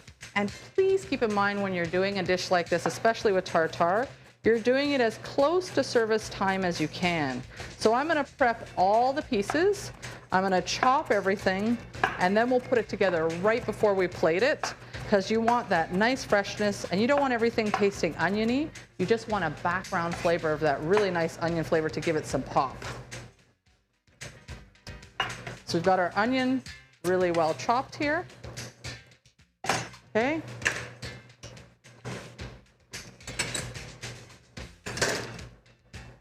And we're just going to take a quick break here. Stop that. There is our seaweed, right? So we've got a dulse seaweed, so it's a red seaweed algae, and I've ground it. It's dried, so I've ground it really fine. So this is going to add a beautiful ocean and a little bit of a smoky flavor as well, using something that's a little bit more indigenous to our Arctic Circle. And we'll have all of our pieces ready. All we need to do now is just cut the fish. So how do we prepare the fish? So quite often people are so afraid to use the best part of their fish. I like to scrape down the bone and use that for tartare. If you don't have that and you're just getting in fillets, I thankfully got in a beautiful fish so I could use that. I'm gonna cut my pieces for my blackened that I want to be nice, sort of 75-gram portions. Right, I want 4 of them, which I'll set aside for later. And the remaining, I can just take the skin off really easy, like so. And I'm gonna chop up my fish. So there's no skin left behind, there's no bones on it, and we're gonna cut it nice and small. Some people will mince it and mash it. I like to actually chop the fish. So I wanna cut it nice and thin first, and then cut across and make a beautiful small dice of our char. Tail we'll use later as well. It's great when you're at home or in a restaurant if you do tartare. It really reduces your waste and increases your utilization of the fish product, because none of these pieces go to waste. You want to try and get some of that belly in there as well. You want that fatty flavor in there. It almost starts to taste like steak. It's like a steak tartare. So nice. So you're going to chop that up nice and fine. And what we're doing here is will be good for 2 portions. So that's what we're creating.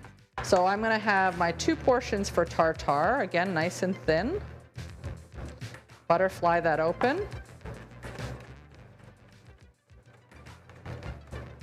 And slice across.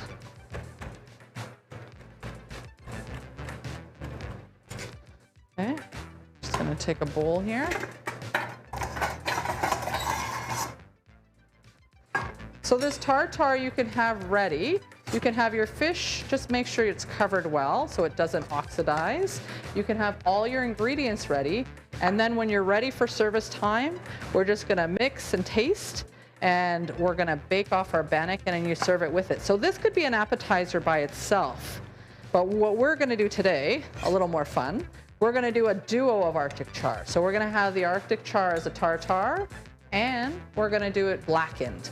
So we're gonna take a beautiful spice rub, barbecued spice rub, and coat it on our fillets that we have here, and blacken them in a cast iron pan, because quite often, in the Arctic region, they don't cook a lot of their foods, but if they do, it'll be on a fire and have like a great crispiness to it, right? So that's where the blackening comes in. The spice blend is my own flavor profile that I wanted to add to it. So this you can do any way you like. I just thought a nice barbecue rub with some paprika and garlic and onion and a little bit of sumac again to give that citrusy lift. Would be great. So that's your tartare, right? It's ready, chopped and good to go. In there. Right, so we have all of our ingredients. So I'm just gonna clean down here and we're gonna get everything ready for the blackened fish, and we'll put our tartare together really shortly.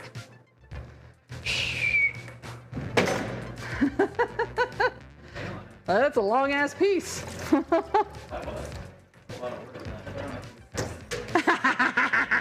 No, man. No. They can hope and pray that I'm gonna remember all that. And I'm gonna flippity-doo down now. This is against every code and regulation there is in the world, but that's what we're doing right now. I'll put all that away.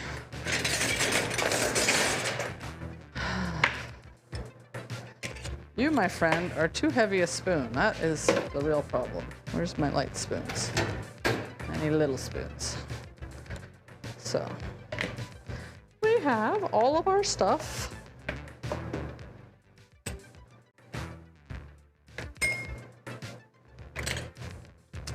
Make sure that's everything. Orange, cloudberry, olive oil, chives, parsley, yeah. Ready.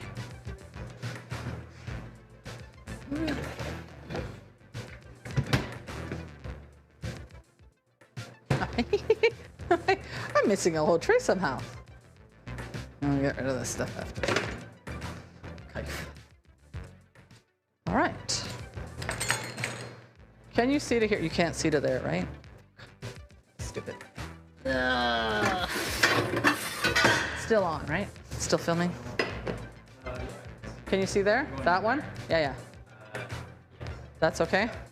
All right. Great, great. I will need a spoon. I will not need the spice. Because we are going to blueberry compote, saute onions, good. Okay.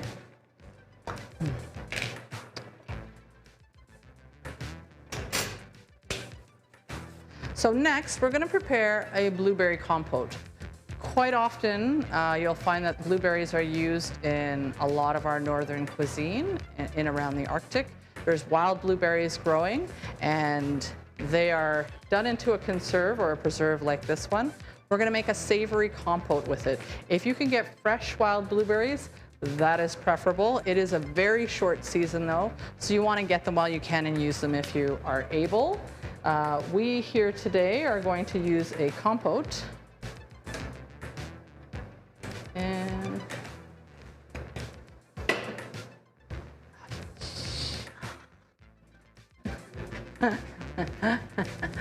it doesn't work unless there's heads on. Okay. So our next step is we're going to make a blueberry compote. So what we're going to do is we're going to take this blueberry conserve in northern area of Canada, all across the top, and in the rocky areas of Ontario and the Maritimes within Canada, near the Arctic. Some blueberries grow very sparse, but it is a berry that can be consumed and used in sweets and in compotes, and it pairs really lovely with our Arctic char today, with the one that we're going to do blackened. So we're going to take a blueberry conserve, because wild blueberries are just not available right now. It's a very short season we can get them in. So we're going to heat up a little pot like so. Once we get it hot, we're going to put in a tiny bit of butter.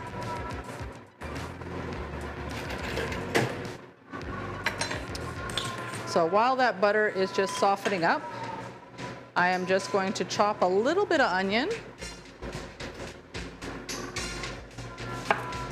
So you don't need a lot. We just want to make the blueberry a little bit more savory, right? So we're going to chop a tiny bit of onion here, just nice and fine. We're going to saute it in that butter. We're going to add in a little bit of balsamic to it and some blueberry. We can put in a touch of lemon juice and some thyme just to give it a little bit of lift. And this is going to go super with our blackened fish. So we're going into the pan with that onion. You can hear it, it's just going to saute.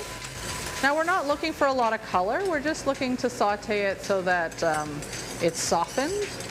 It's not to caramelize, that's not our goal. Tiny bit of butter.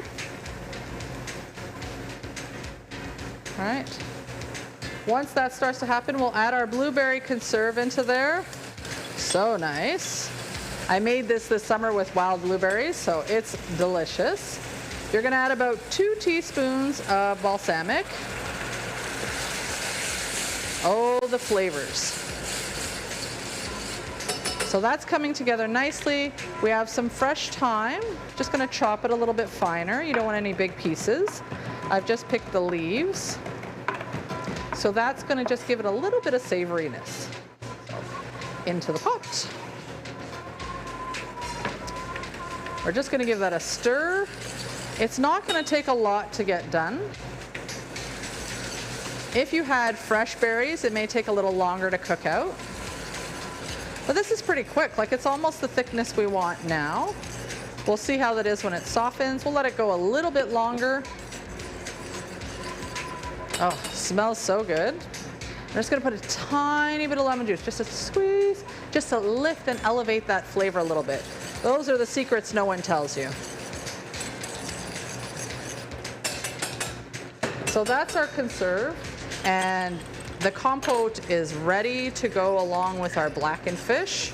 So that's the blueberry compote, so nice. We'll set that aside and let it cool a little. It doesn't have to be served hot, sort of a room or warm is good for this. And it'll be served with a piping hot blackened fish.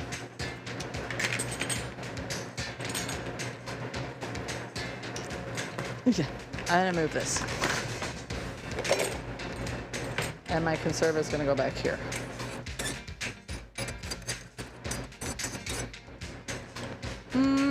I want it a little thicker.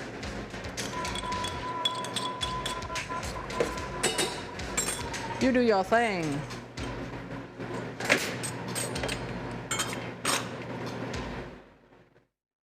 I want to cry doing that, but whatever. I don't have time to save the world of all the things I need to do. Okay, so that's blueberry compote.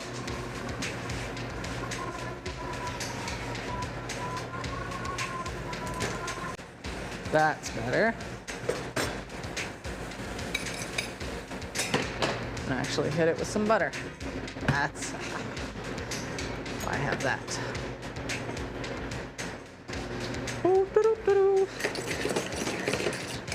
So you can just finish it with a little bit of cold butter. Right when it's right at the end. Oh, such a beautiful sauce. So you have a little hint of that balsamic. You have those onions and the thyme, the blueberries, and finish with butter for some richness. Because the fish is quite lean, it moves in cold waters, and a lot of the fat can be in the exterior of the fish. It's not in the flesh of the fish. So you want to add a little richness to the sauces you're using to serve with this.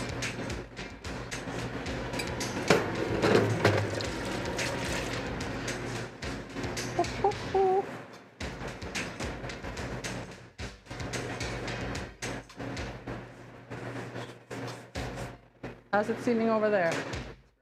It's all right? Well, we'll have to try it, won't we? Okay, next we have slicer bannock. I will need a tray.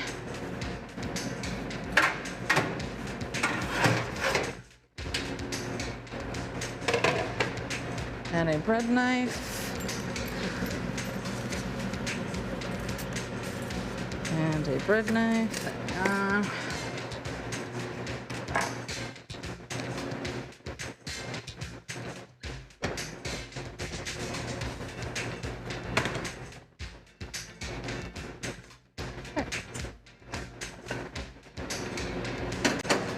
This needs to go into, where's that other tray? In the fridge? You excited for tartare? I'm excited for tartare. It's one of my favorites. Okay, bannock. Focus, Shona.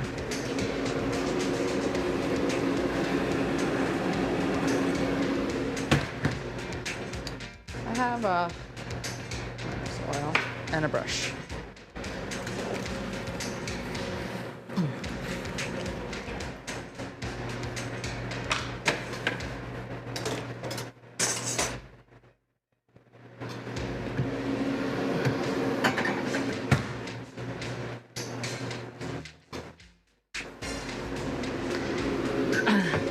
You said you don't eat fish much. You'll be eating more today. I said you don't eat fish much. You'll be eating more today. All right. So our next step is to make bannock crostini. So the bannock, just to remind you, is this fry bread made in the northern region of Canada. It is a bread made with lard, whole grains, usually a corn flour or an oat flour quite often. And it's quite dense, and it doesn't have a lot of leavening to it. It is done with baking powder. But you're just going to take it and just sort of square it off and make some nice little toast or crostinis, whatever way you want to call them. Again, not super traditional, but really great. We know we have this when we have a tartare. You need a mechanism to get the tartare to your mouth. You can just eat it, but we are looking to refine our traditional dishes a little bit more. So I'm going to take it and just take a little bit of oil and just brush it on top. Right, nicely, both sides. Don't ever just do one side. If it's worth doing well. So we brush a little bit of oil on both sides. We season them with a little salt and pepper. You want that full finished flavor. And we're going to pop these in the oven for about 10 minutes. Which you don't need to see. So the last part of cooking is going to be the blackening of our fish. And you're going to use this beautiful spice rub. It's paprika and garlic and onion and a little bit of thyme and that wonderful sumac in there. We're just going to sprinkle it onto the fish when we coated it with butter. And we'll do that in a minute. And then we're going to go to the plate. So we've got all our blackening done. It looks great. We've got our blackened fish ready. We have everything ready for our tartare. So our fish is here, and we're gonna add ingredients a little at a time. Whenever you're doing anything like this, you don't wanna add it too quickly. You don't wanna add too much because you can't take it out. You have to be really delicate and be mindful of how you're adding things in. So I'm gonna add a good bit of cloudberry or this bake apple, because that's gonna be our sweet in there. It's gonna add such a nice complex flavor to it. Then we are going to add in a touch of the sumac. So a little sprinkling of sumac dusting in there, which takes quite a bit to do. And then we have that seaweed powder. So nice inside there as well. It'll give it a taste of the sea. We have our onion for the savoriness. We've got some beautiful chopped parsley for the freshness. We've got chives. We have our orange zest. We're going to put a tiny hint of cider vinegar.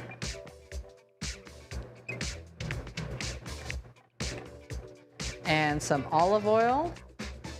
And I'm doing it by the spoonful just so I can be mindful of how much I'm adding in. I'm going to add some salt and pepper. And then I'm going to add in my orange juice. This is really zippy. It really adds nice flavor to it. So exciting. So the salt and the acid start to cure the char a little bit. So it gives it that beautiful flavor. Nice colors happening inside here. The sumac is doing its work. The cloudberry is mixing in nicely. Looks fantastic. So we're gonna take a tiny bit on a spoon and just check and make sure it is where we want it. Oh, so delicious. So I'm really gonna enjoy my lunch today. So I have that ready, so I'll plate it all up right now for you. So I'm gonna take away my cutting board because we've done all our chopping. We've got a beautiful plate here. Whenever you're doing a duo, sort of think of it as a long plate so you have a little separation between one format and the other. So I like to take my char, and you can take any ring mold. You can use a mason jar lid. You can use a square or a triangle. You can free-form it. I just think it looks a little nicer to have it shaped, as it is a raw product. And it is most often eaten raw here in the Arctic of Canada. So there's a bit of that there, the tartare. I'm gonna put just some seedlings for some pretty. Right. Really beautiful. We have our toasts that are nice and crisp, the bannock toasts. I think we need at least 3 on there for that tartare, and that's great on that side. Now our other side of the plate is our blackened fish. So although they don't eat a lot of vegetation, I've made up a little bit of a slaw, and you can play with this as well, of course. You can just put the fish, and it's an amazing dish. But I've got some Brussels sprouts here, again with a little cider vinaigrette. I've got some chopped carrots, and I use the broccoli stems because I don't want to waste anything. So I put some broccoli stems in there. I have a little bit of kelp, so you get that fresh flavor of the kelp into this. It's like a beautiful slaw. And I have the red algae as well. These are great flavor burst as well. They give that umami flavor. You can't really figure out how it got there, but it's so spectacular. Everyone stay in the pool. So we have this beautiful slaw. I think we need a little more kelp in there because it is one of the vegetation that they actually eat up in the Arctic. And I want to showcase that as true as I can. You can even take some of your parsley and pretty it up a little bit. Again, of course, you want to take a little bit. Everything you're going to do, you're going to taste and make sure that it is seasoning exactly the way you want it to be before it hits the plate. Oh, so delicious. So I've got this slaw here. I'm going to put my blackened char on top of there. So you have the blackened char and the beautiful tartare. Remember that blueberry compote?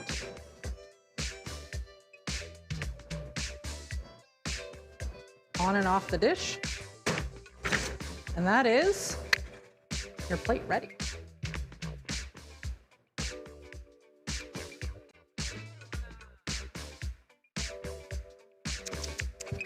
Shona? Yes, that hi. was awesome. Thank you so much. Thank you so very much. Дорогие друзья, я думаю, что я... Well, dear friends, I'm sure that I'll be speaking on behalf of all of you. We've been watching this wonderful video and the song. And actually, what was happening in the kitchen, that was amazing. Bravo. Thank you so much. So, Canada was with us.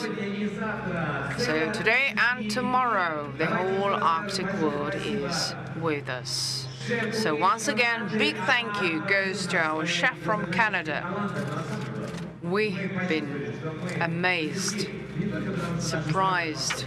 And we know that the technology allows us to bring the two of our countries closer, even though we have a lot in common in general, but this time it's online. So our mission continues. So thank you, Shona. Thank you very much. So let's have another look at Canada.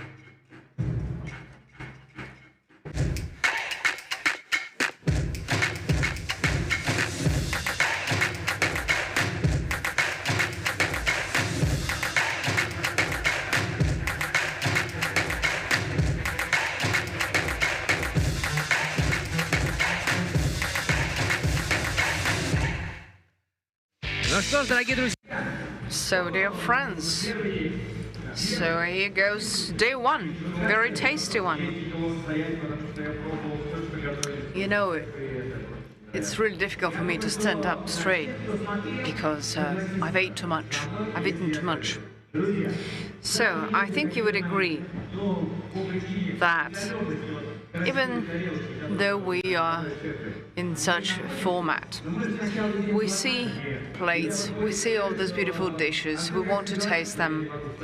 Artem says he can't stand straight, but actually he was eating mostly with his eyes and he was sniffing and the smell was amazing. That's true.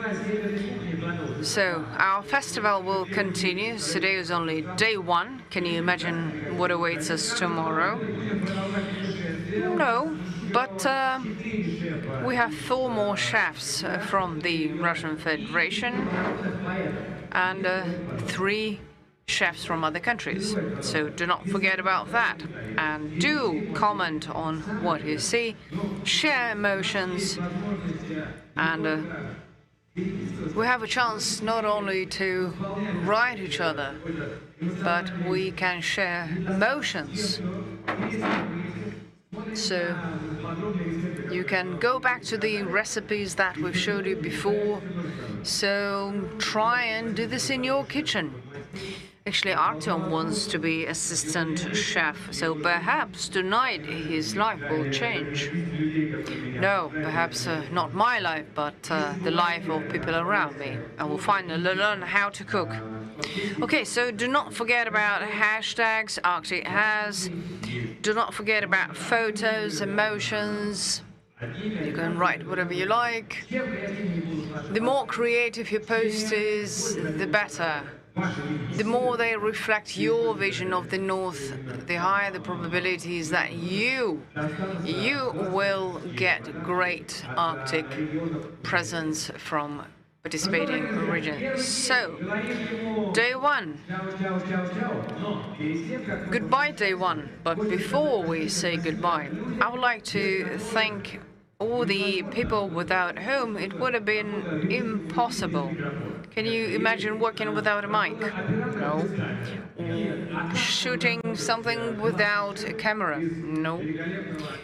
Chef without his knives, tools and everything would be impossible. So we're lucky to have our friends from Unitech. You have a great video about coffee. Let's have a look.